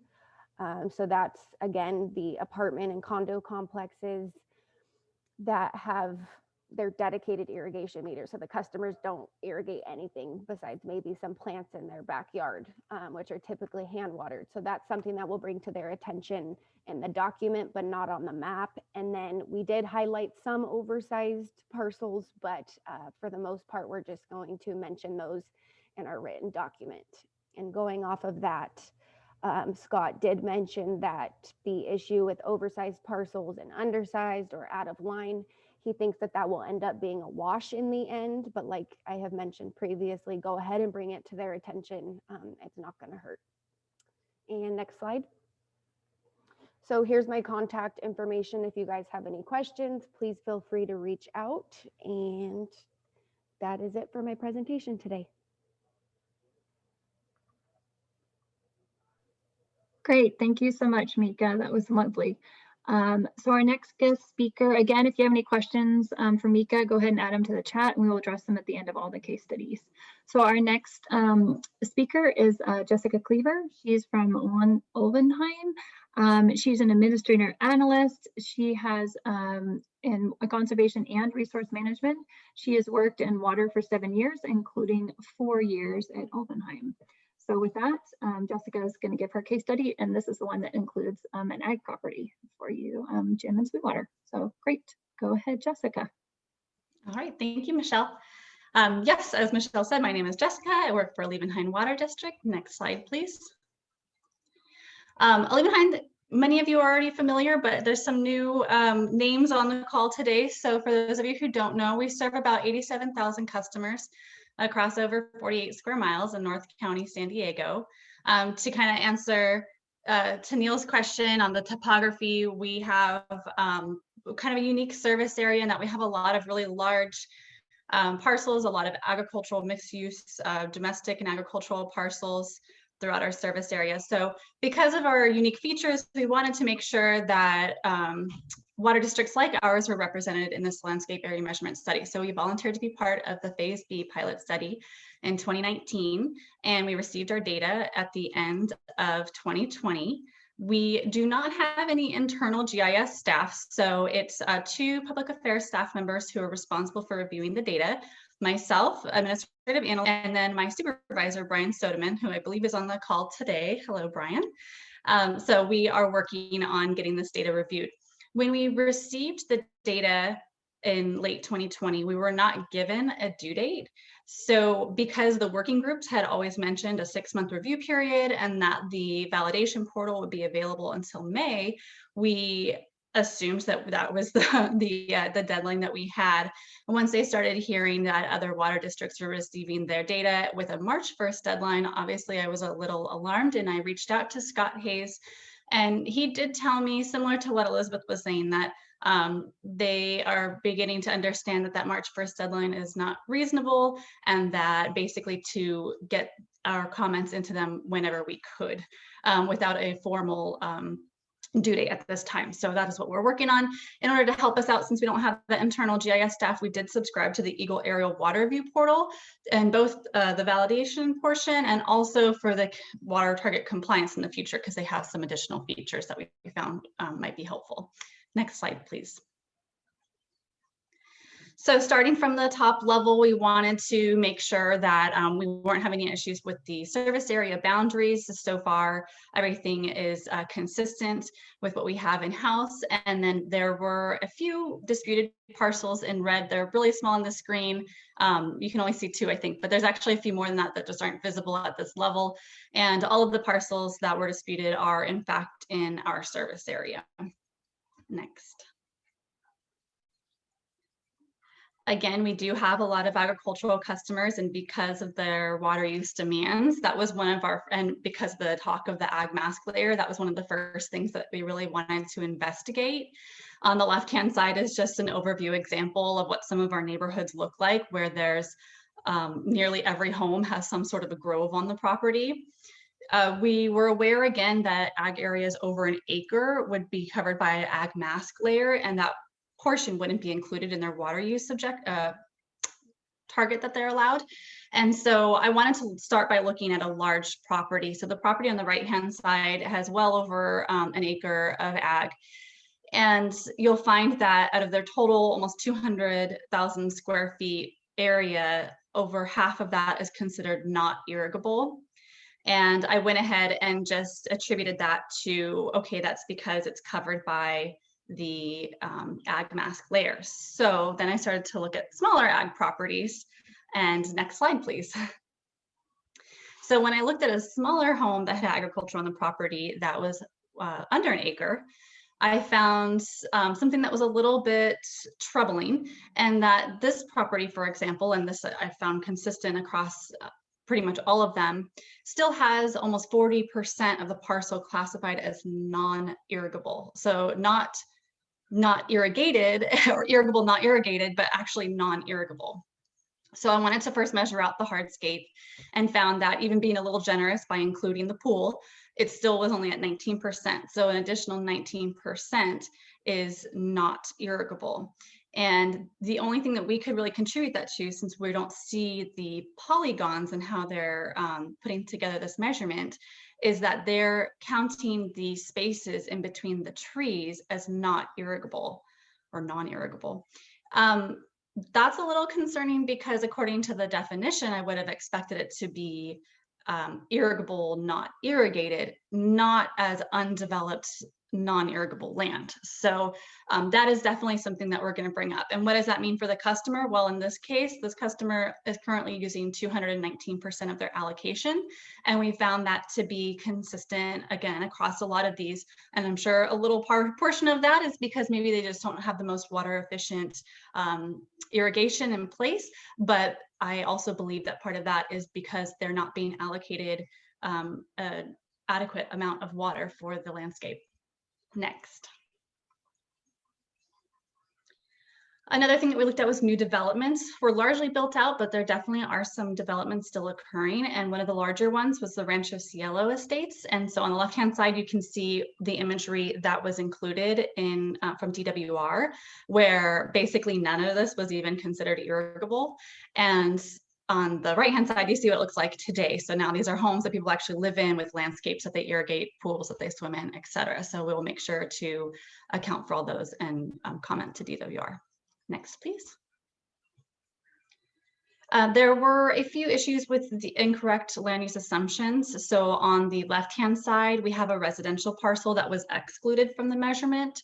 Thankfully, there were only a couple of these that I was able to find, but we want to make sure that we identify all of those. And then, excuse me, on the right-hand side, there were a couple of commercial parcels that were included as residential. So on the right-hand side here, we have a Hawthorne Caterpillar, like a warehouse or distribution center that was all included as residential and is clearly commercial facility. Next. There were some other inconsistencies that we found. So in the top half of the screen, we have a large commercial nursery. And for some reason, they did include half of it. The parcel on the right-hand side was included, but because those are greenhouses, and I've actually been there, I know those are plants inside that are being irrigated, but they're greenhouses, and 73% of that parcel was considered not irrigable. Again, not irrigated, irrigable, not irrigated, but actually not irrigable altogether. So that's not correct. And then also the horse facility on the bottom is a training and boarding facility that most of them throughout our service area were not included, but for some reason they did include it. And because it's largely the arenas and the corrals, a large portion of it, the majority of it, was considered not irrigable. But we know that they actually use quite a bit of water for dust suppression and bathing the horses, et cetera. So that'll be important for the variance process that's developing. Next, please. So future directions, we are going to continue. We've done a good chunk of the analysis so far, but we have a little bit more work to do, especially in regards to the HOAs areas. And we'll be composing our summary of findings and submitting that to DWR. And then also be working on a solution for the discrepancies between the parcel codes and the billing codes for reporting purposes. And again, we don't know a whole lot about this just yet because they haven't really gotten to the reporting part, but I foresee that being a major issue, and we want to make things as smooth as possible and as accurate as possible. Next. Lastly, here's my contact information. I'm happy to answer any questions, or if anyone wants to chat, please feel free to reach out. Thank you very much. Thank you so much, Jessica. So hopefully that addressed the question on agriculture. If not, we can address that at the end when we have panel questions. So our next case study comes to us from outside the San Diego area. We have Lindsay Stuvik. She manages the water efficiency department at the Milton Miguel Water District. She also serves on the board of directors for the California Water Efficiency Partnership, and she's co-chair of the business development team for the California Data Collaborative. Her career has been dedicated to developing sustainable data-driven water efficiency solutions and customer engagement strategies that can be replicated and adapted across the industry. So thank you very much, Lindsay, for coming, and we look forward to your case study as well. Thank you, Michelle, and thanks to San Diego County Water Authority and to the Medal's Consulting Group for putting this on. It's been really enlightening to hear what everybody has encountered with their data. So I'm really glad we all get the opportunity to learn from everybody else's experience. So just wanted to provide some quick stats about Molten. We provide water, wastewater, recycled water service to 6 cities in South Orange County. We have about 172,000 customers, and our accounts are approximately like 80% residential. We do have a water budget-based rate structure. We've had it since 2011. We provide water budgets on a monthly basis to residential customers, commercial, all of our dedicated irrigation, both potable and recycled. 75% of our demands are met with imported potable water, and 25% of our demands are met with recycled water. We are one of the few areas, because we developed so much later probably than a lot of other areas in California, that have a master planned area for recycled water. So it's pervasive throughout the service area. We have mapped our residential meters to parcels, which has been really helpful in this exercise. And we have also measured all of our commercial and dedicated irrigation landscaped area. And in some cases, we even have a shapefile for our recycled water areas that are irrigated with recycled water. So that has also been very helpful. And then in addition, we will be 100% AMI by 2022. So next slide, please. So similar to other folks, we received our landscape area measurements on January 19th. We also have feedback due by March 1st. They provided GIS files, the metadata document, as well as the README file. And we received our access to the Eagle aerial portal about 2 days later. And that's just because we requested access. I think it probably would have come about a week later, but we wanted to start comparing. That's just a screenshot from what we see in the viewer. And next slide, please. So we did a couple of different approaches. We worked with our GIS team internally. We have a geo viewer, which has a lot of our assets already mapped in it's a GIS viewer, so we don't actually have to have GIS installed on our laptops to be able to view things. It's a cloud-based viewer, so it's been really helpful. All of our staff can use it. They took the DWR spatial data and actually overlaid it onto our assets and some of our existing layers, which has been really nice to just kind of peruse what's going on. But it doesn't help us do a lot of analytics. And so we reached out to the Data Collaborative, and they performed what's called a rapid assessment, where they took our GIS data and did a few things with it. They estimated our residential water use objective, just given all of the irrigated and irrigable area that was presented in the document. They did a scenario analysis looking at different types of ETAFs or different indoor standards to see where the district would fall if using that square footage. Just, would we meet our objective or would we not? And I thought that was really insightful. But the super helpful part of it was this residential parcel check, where basically they took the all parcels layer, which is provided by DWR, which basically shows all of the parcels in your service area, as well as the standardized set of land use codes that Eagle Aerial provided. And then compared that to the AUID layer, which is essentially the subset of parcels that DWR considers to be residential. And I know we've talked quite a bit about, like, there's some parcels that are lost in that translation. What you see here is kind of a snapshot into the residential parcels that we have on file that were accounted for. Those are in green. And then the areas in purple are locations that are residential and developed, but didn't make it into the final residential layer. You can go to the next screen.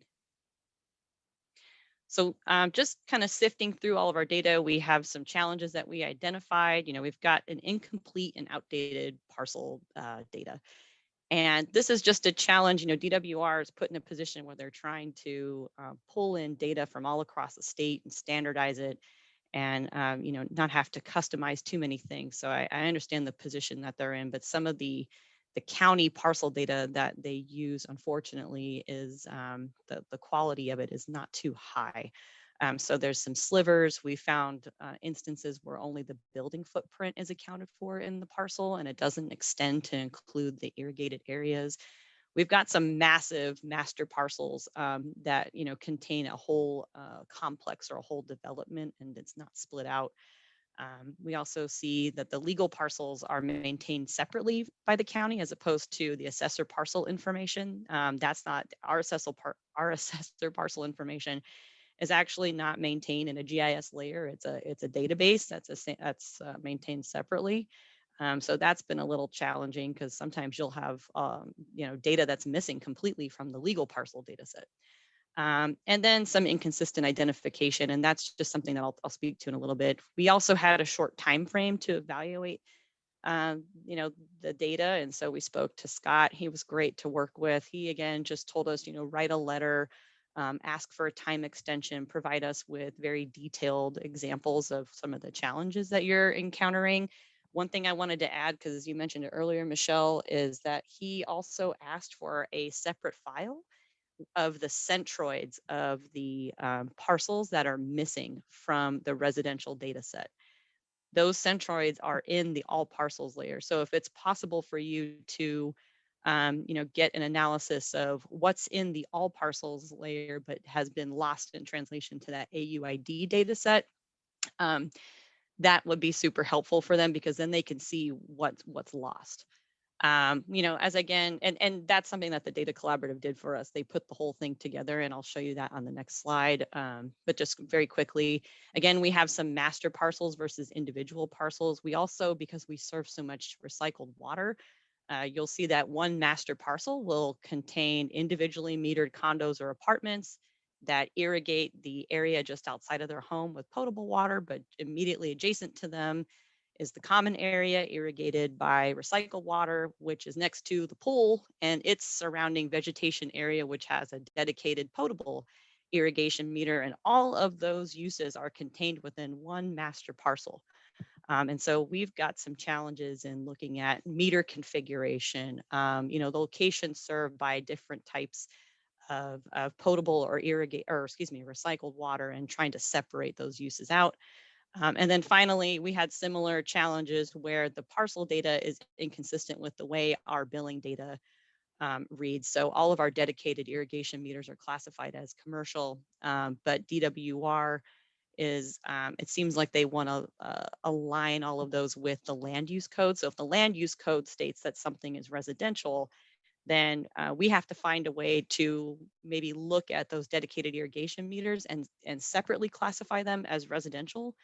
I'm not quite sure how that's going to play out. I really am looking forward to submitting this to DWR and collaborating on a solution, because I think the long-term requirement is that we may have to develop a new geodatabase to help us track according to DWR's classification system. I'm not quite sure if they're going to let the agency's billing database take precedent over the standardized set of land use codes that they've developed for the state. I imagine that would be a very heavy lift if they allowed us to do that. So if anybody's got feedback on that, I'd like to hear that.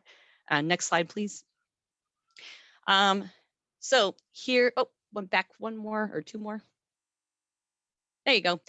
So here's just some information on the missing and misclassified parcels. I wanted to share this because this was part of that parcel check that the Data Collaborative did for us. We found that we're missing approximately 30 million square feet of landscaped area. And what you'll see on the leftmost column is this is the land use code that we found in the all parcels layer. Basically, when it didn't translate to that AUID layer, it was because 159 instances out of 204, it's because it was just missing a land use code. And then 26 instances, it was classified as residential vacant, which is that land use code 8001, and it was excluded from the AUID layer. And then there are some other kind of instances where, you know, we have residential that's classified as like ag or like, as you mentioned in previous presentations. So next slide, please. So here's just a screenshot of what we've got. The areas outlined in white, those are the parcels that were in the residential AUID layer. But there are instances and like where we've got pointed in black, these are locations that were either missing a land use code or classified as residential vacant. And so the entire complex was not included. And as you can see, it's, you know, we've got a lot of master developments. So like, this is where you're seeing like those massive parcels. Actually, if you can go to the next slide, I think that's where you'll see it. Yeah, so these are master metered condos. You've got, in certain cases like this one on the topmost complex up there, the common area is served by recycled water. In the center, we've got a pool that's irrigated, or it's got surrounding vegetation irrigated with potable water. Each one of those buildings is master metered and has potable water serving the interior courtyard areas. And so we've just got, like I said, there's a lot of different types of irrigation or like water types serving different irrigation needs in those locations. So it's something that we're going to need clarity on. Next slide, please. Here's another instance where we've got one of those master parcels, but interestingly enough, these are all individually metered condos. And this parcel is just an odd shape where it extends beyond that master community and even goes into some green space. And it's classified as residential vacant. Then again, that's that land use code 8001. Next slide. Here's an instance where if you see the areas, oops, I can't see, sorry. The little chat box keeps popping up. Okay. Yeah, so in the center, we've got residential parcels that have those blue dots. Those are our meter to parcel mapping, but immediately to the right, this is an area that the parcel is actually just contained to the building footprint and doesn't extend all the way to the area that's being irrigated just outside of the home. And so that's a challenge that we're going to have to deal with, where the parcel doesn't contain enough area, and all of the area around it is classified as vacant land. And it also contains some common space that's irrigated by that HOA. Next slide, please. So here, this was a really rare instance, but one I thought I would bring up just because I know we're trying to share our findings here. Most of what I've been talking about today is the loss of translation from the all parcels layer to the AUID layer. But we actually found a couple of instances where we've got residential locations that are missing from the all parcels location. So those two homes that are circled in the orange, those are two residential homes. We do have meters serving them, and they do not have a parcel associated with them. And so it's small in terms of irrigated area, but it kind of speaks to the data quality issues that we've encountered with the parcel layer. And then immediately to the right, those are outlined in yellow. Those are residential locations that are classified as ag or vacant. And so they didn't make it into DWR's AUID layer. Like you can see, the ones that are shaded in blue, those are all ones that have been correctly identified by the DWR. And then the next slide, please. So something else that we've encountered, we're a very hilly area. Our topography is such that like a lot of these locations are sitting at the top of a hill. And so the HOA, we've got master parcels here in this soft blue, but they also irrigate this space that is immediately to the left. We have these little slivers that we found. Those slivers are typically where we see a lot of steep slopes, but it's something that like the HOA would irrigate. And so like we'll have to go through and identify areas where that master parcel did not include those irrigated areas by the HOA. Next slide, please. And so these are our next steps. We plan to provide that feedback to DWR by March 1st. We will be asking for a time extension and also some guidance just on resolving some of the parcel data issues, but not only that, like where we see locations that have a master parcel that's irrigated by both potable water and recycled water, because we do have a location where we have high TDS recycled water. And so those are locations where we'll probably request a variance. And then just looking forward to collaborating on a solution and getting some of that clarity on how to approach these things. And then, and we haven't even had a chance really to evaluate our landscape area accuracy. That's going to be next. We'll be working with our GIS team and the data collaborative to compare our totals to our internally measured amounts. Like I said, we're water budget based rate agency. We've got a lot of these totals already. So we want to do a comparison to how we've measured the site versus DWR's totals, and then do some ground truth, a random sample of parcels. And then finally, depending on DWR's guidance, probably develop a geodatabase that resolves a lot of these issues for future reporting. Thank you. Thank you so much, Lindsay, and for sharing your information and all your insights and findings. It was very helpful to see it visually, versus just the list we had earlier. It's very great to see and hear your explanation. So thank you for coming and sharing that. So our next case study is going to be a combination of two people. We have Chris Dundon. He is the water efficiency supervisor at the Contra Costa Water District.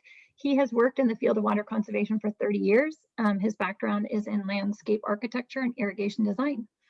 Joining Chris will be David Cow. He is a GIS analyst from Contra Costa Water District, where he provides expertise in advanced GIS and spatial analysis, as well as project management for internal and external customers, and developing recommendations for technical resources to maximize effective usage of available computer technology and systems. So we're very happy to have Chris and be joined by a GIS team member.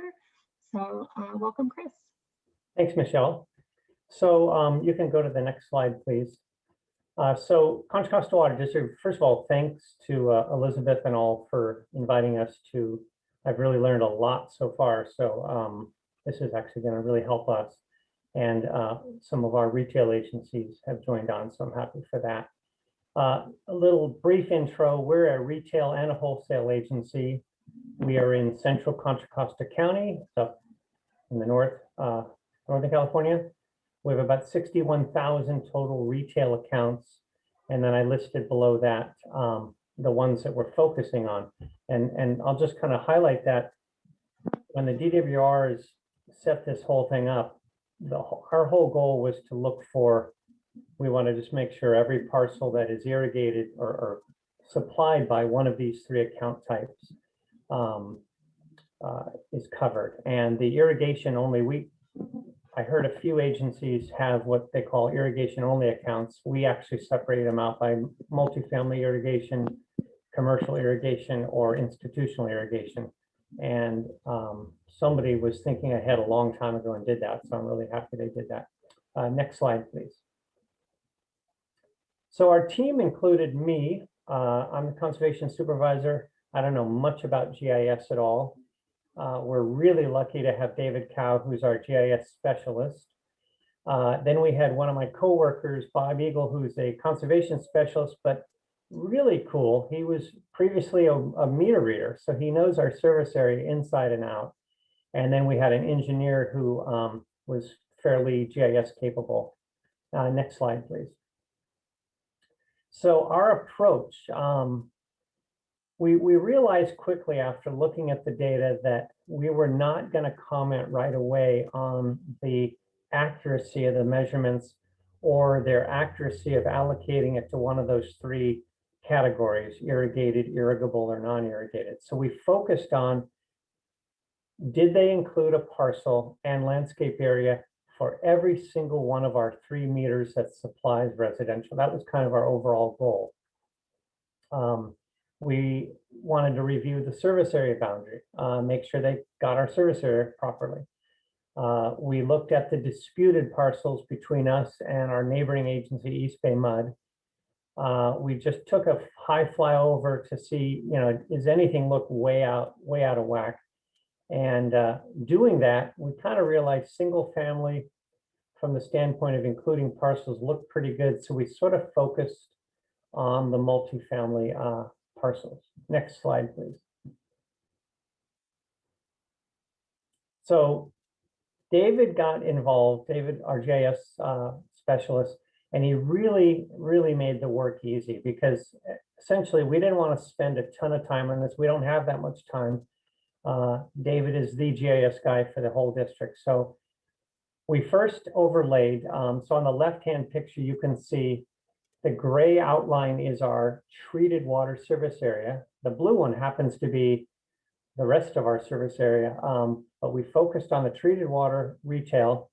All of those red dots represent all of our water accounts. And then David applied a filter so that we could just see the multifamily accounts that were not within one of the parcels that came from the DWR. So it got it down to about 400, 500, 600 dots. He actually then ran another filter, said, well, if the dot is within 5 feet of the parcel, let's not include that. Let's assume we've got that one right. So it got us down to around, maybe it was 400 we had to review. So that's when David and Bob, who really knows the service area, basically went through each of those one by one to review them. Next slide, please. So the kind of stuff we found, and you've heard this already from the other speakers, but mobile homes were clear. So, you can see the yellow is the DWR landscape area included, and that big area in the middle is a mobile home. So we knew quickly. So as Bob and David went through these, David was typing into the GIS system. I guess he created a new column to type in which ones were missing. So later we would be able to send the shapefile to the DWR. Next slide. HOA common areas. Some of them, not all, didn't have the common area itself included. There was no parcel for it. And as you've heard other speakers, it all comes down to your county's land use code that they apply, or the APN if it doesn't have an APN. So I think agencies that are in a county where the county doesn't have the best data, those are going to be the ones I think that are going to have more trouble. Go ahead, next slide, please. We had some just inconsistent, like we might have an HOA that had some of the common areas included, but for this one, you can see that big area around all the small condos wasn't included. So that one popped up. So it's not always just the entire common area. Next slide, please. Then there's new development. Luckily, we are not a rapidly growing agency, but you want to make sure that they at least included the parcel. And if they didn't, like this one was probably planted the year they measured or the year after. So we want to have them add those back in. Now, granted, if they give us this landscape area for this extremely newly landscaped area, it may not account to much anyway, but it will be in a couple of years. Next slide, please. Then we just found very few random parcels that were just omitted. And I think the last speaker, highlighted those as well. They're not going to amount to a whole lot overall, but we included those as well. Next slide. And then this is a slide, this just is my email that I sent to them. I think after today's call, I will be sending them a more formal follow-up. But what we did was send them zip files with the shape files, because we wanted to make it easy for them to basically add those parcels back in. And they basically, came in 4 categories. There were mobile homes, missing HOAs, missing APN, and new development. And once they get those, I'm hoping they'll resend it back to us. I don't think it's going to make a huge difference in our budget. By the way, I didn't mention earlier, I think out of our total, there were 250 parcels that we need for them to add back in. So it wasn't bad. And we sent them an Excel file as well. I made it clear in my email to him that we did not review this for accuracy of the allocation of the measurements or the accuracy of the measurements themselves. And it sounds like there's some agencies out there that are really going to spend or have the wherewithal to be able to really comment on that. And I think as a you know, through Aqua or whatever, we need to really focus on that, because I don't want to just trust that they have it right. I think it's important that we that they definitely get that right. I think that sort of covers it. Yeah, I think that's everything. So if there are any questions, we'll answer them later. Thanks very much. Great, thank you so much, Chris. So we have about 5 minutes left for questions and a poll. So what I'm going to propose is that we open up your poll EV and we can address the poll. At the same time, we can kind of be answering any additional questions that you might have. A lot of the questions have been coming through the chat. We've been trying to address them live during the chat. So while we switch over to the poll EV, are there any questions that have not been addressed, or people would like to speak up at this time?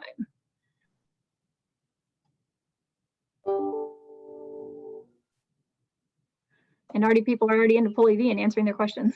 So while we're doing that, I also want to say thank you so much for all of the speakers. Hopefully those visuals and explanations will be helpful for those of you that haven't dove into your data, or insightful, like Lindsay was saying, to those that have done their data for other things to look for. And if anyone has questions after 11, I'm seeing Mika's willing to stay. I'm willing to stay as well. So if there's additional questions, they put their contact information in there, and we're also willing to address them. So the first poll question is, how do you guys plan on evaluating your GIS data? And it looks like most people are going to do it in-house, and a few people are going to outsource it or do it in-house without GIS, which is kind of consistent with what we saw a little bit earlier. So next question.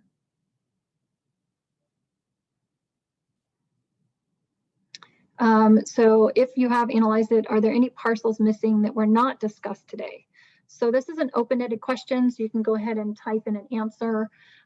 If you have been analyzing your data and something wasn't covered, we'd love to hear for it. Or if you're having a bunch of other issues, this is a chance. Oh, military housing, that's a good one. So yeah, this is your chance to kind of throw out ideas for other people to consider. We tried to cover the biggest ones that we've been hearing so far, but we're definitely open. Livestock, that's a great another one. I can tell you livestock is going to be handled through the variance process. Right. And DWI is having monthly meetings on variances, and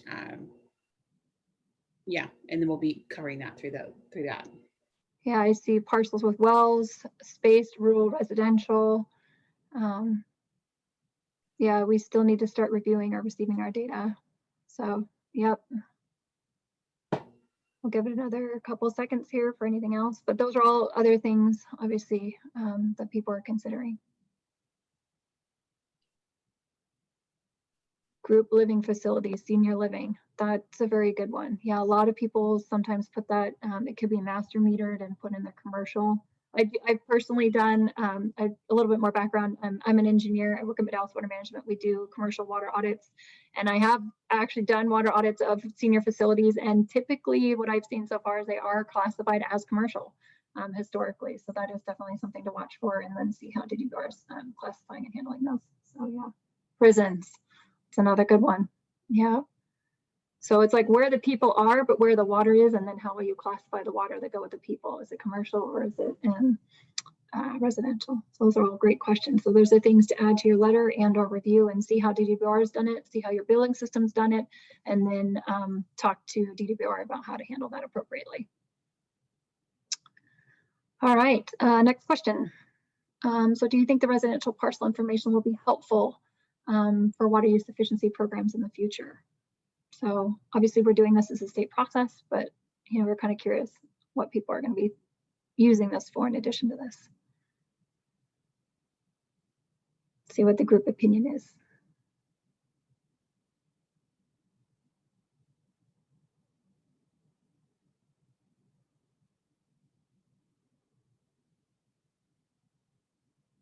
Interesting. So we kind of have, yes, it'll be helpful for targeting programs, maybe to wasteful. Some people aren't quite sure. That makes sense. We're just starting this and kind of learning it all together. And then some people are saying, no, you know, I don't think I'm going to be utilizing this information after we're done. It's more of a, I guess, exercise to get a water budget, but don't intend to use it after this. All right. Well, thank you for that one. So what is your largest concern about the targets under development? So if you've been attending the state process, there's kind of the four main topics: water loss, indoor, outdoor, commercial. Oh, by the way, commercial is just starting, and there will be a workshop from Department of Water Resources held on March 22nd for commercial. That announcement should be coming out shortly. And so watch for that if you're interested in item number D. Hasn't really started yet, so but that will be coming soon. It's the last of the groups to start. And of course, the last one is all of the above.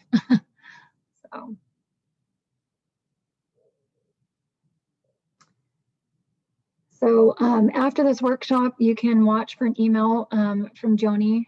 She will be sending out all of the PowerPoint. She'll be sending out the recordings.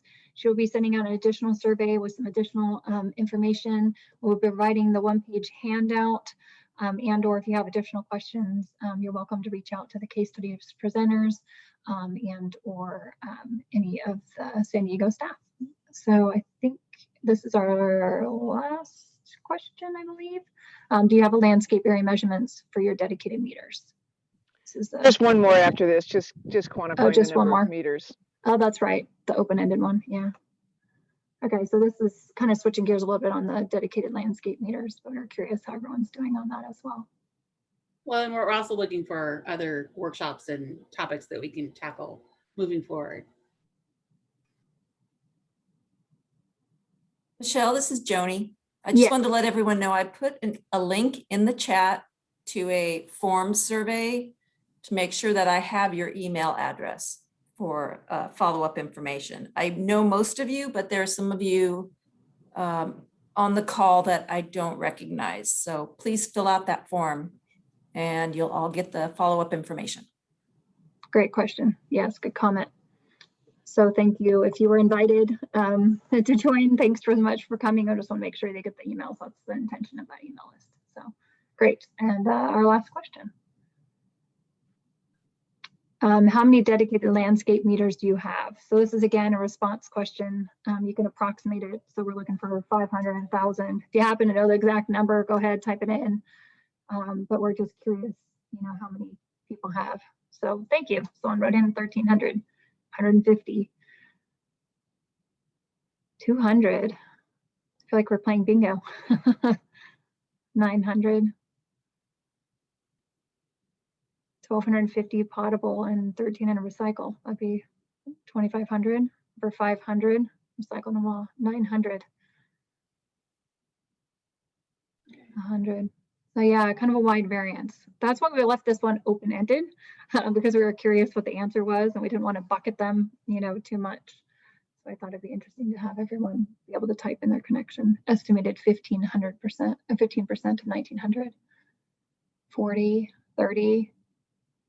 Yeah, so those of you that have small numbers, you know, 30 or 40, it'll be a little easier for you to check things versus those of you that have, you know, 2,500. That's a lot larger number to analyze and review through the state process. All right, well, I believe that's our last poll question. So now we'll open up, we're just after 11 o'clock, but we're happy to stay. The case study presenters are here and happy to address any of your questions. So thank you, Aniki, for the poll.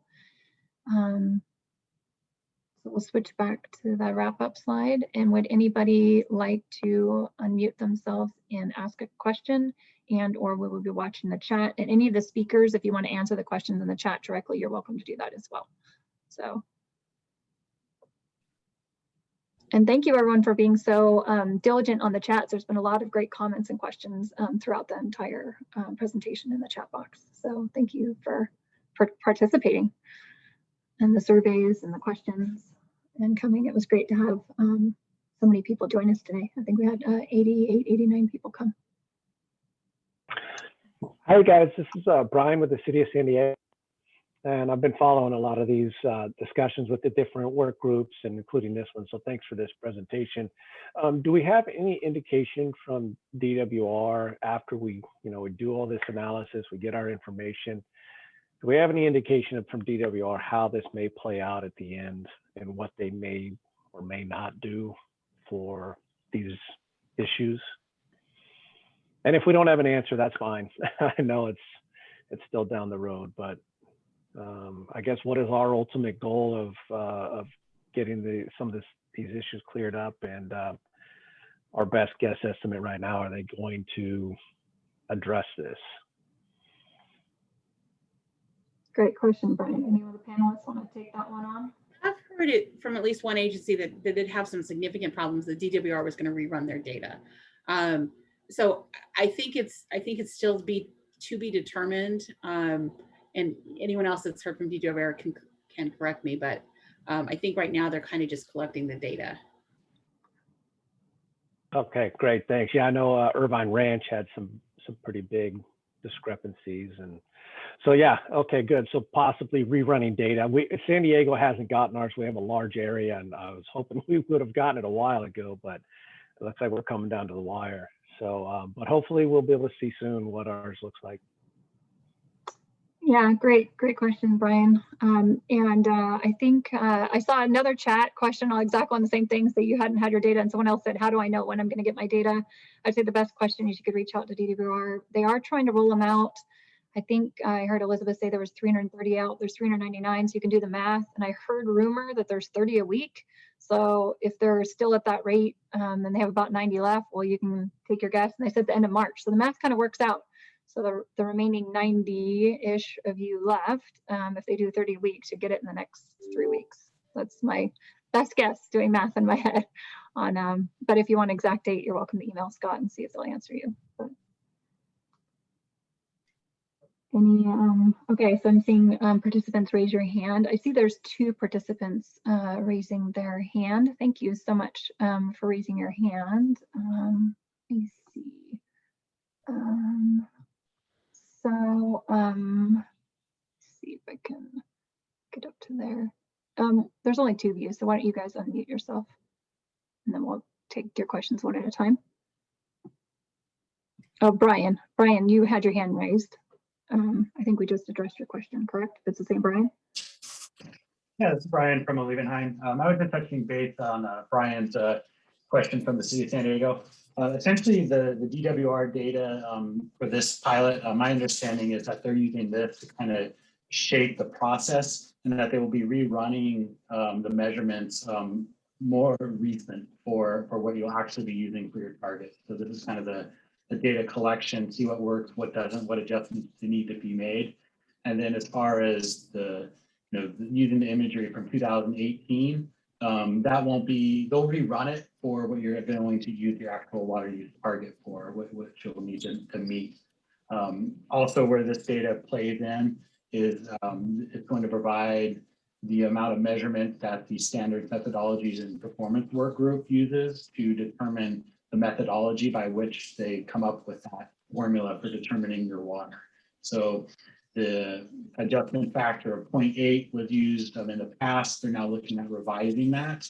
And that's what the work group section meeting tomorrow is going to be touching base on. So essentially, landscape area measurement tells you how much irrigable area there is. The standards methodologies tells you how we're going to use that to determine what the water budget is. And then once that's figured out, they'll rerun the data closer to when when you actually need to determine your water use, so you'll get a more recent information. I have not heard that from DWR. I've heard that they're using the 2018 to set the standards. So, and this is actually consistent with the deadlines that are in the legislation, that they have to provide this to agencies by the beginning of 2021. They were actually supposed to provide it by January 1st of 2021. So I know they've expressed that they'd like to rerun it, but as far as I know, that hasn't been decided. And this is the data that's going to be used to set targets. Okay, yeah, I would say that's that's equally as accurate as well. There's definitely been I've gotten conflicting information from the different work groups that I've been on, so it wouldn't surprise me that there's some of the wires are crossed there. So. Well, and I think we'll maybe bring that up at the workshop tomorrow, just to make sure that that's clarified. Excellent, thank you. Yeah. Great. Thank you, Brian.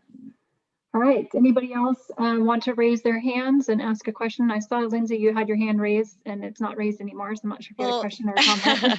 Yeah, I think what it is, I mean, it would be great to get some guidance from DWR. I know that we're all going to be reaching out and asking about our individual cases, but I just wanted to thank everybody for, sharing, because there's certain things that you discussed on this call that we didn't look for. And so I know we'll be, turning around and doing an analysis and looking at that as well.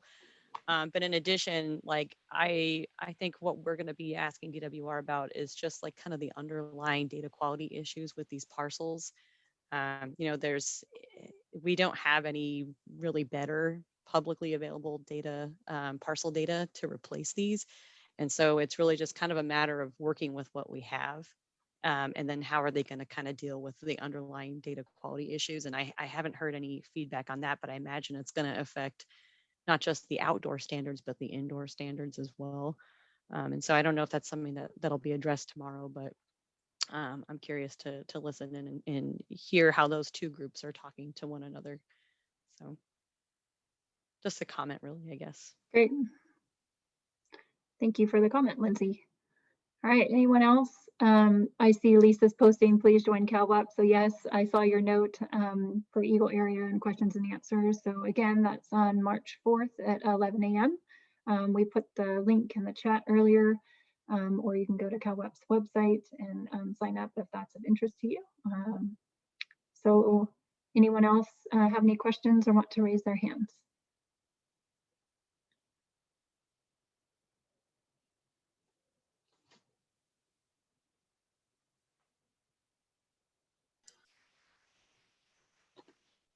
Okay, well, Elizabeth, I don't see any others, so you can go ahead and I think wrap up.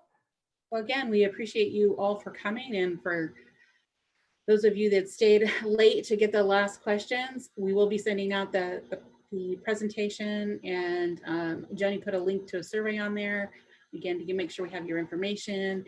And feel free to follow up with me if you have any specific questions that come up, or if you have any additional information that you want to share with this group. And with that, I think we'll wrap it up. Thank you very much. Great. Thank you all for coming today.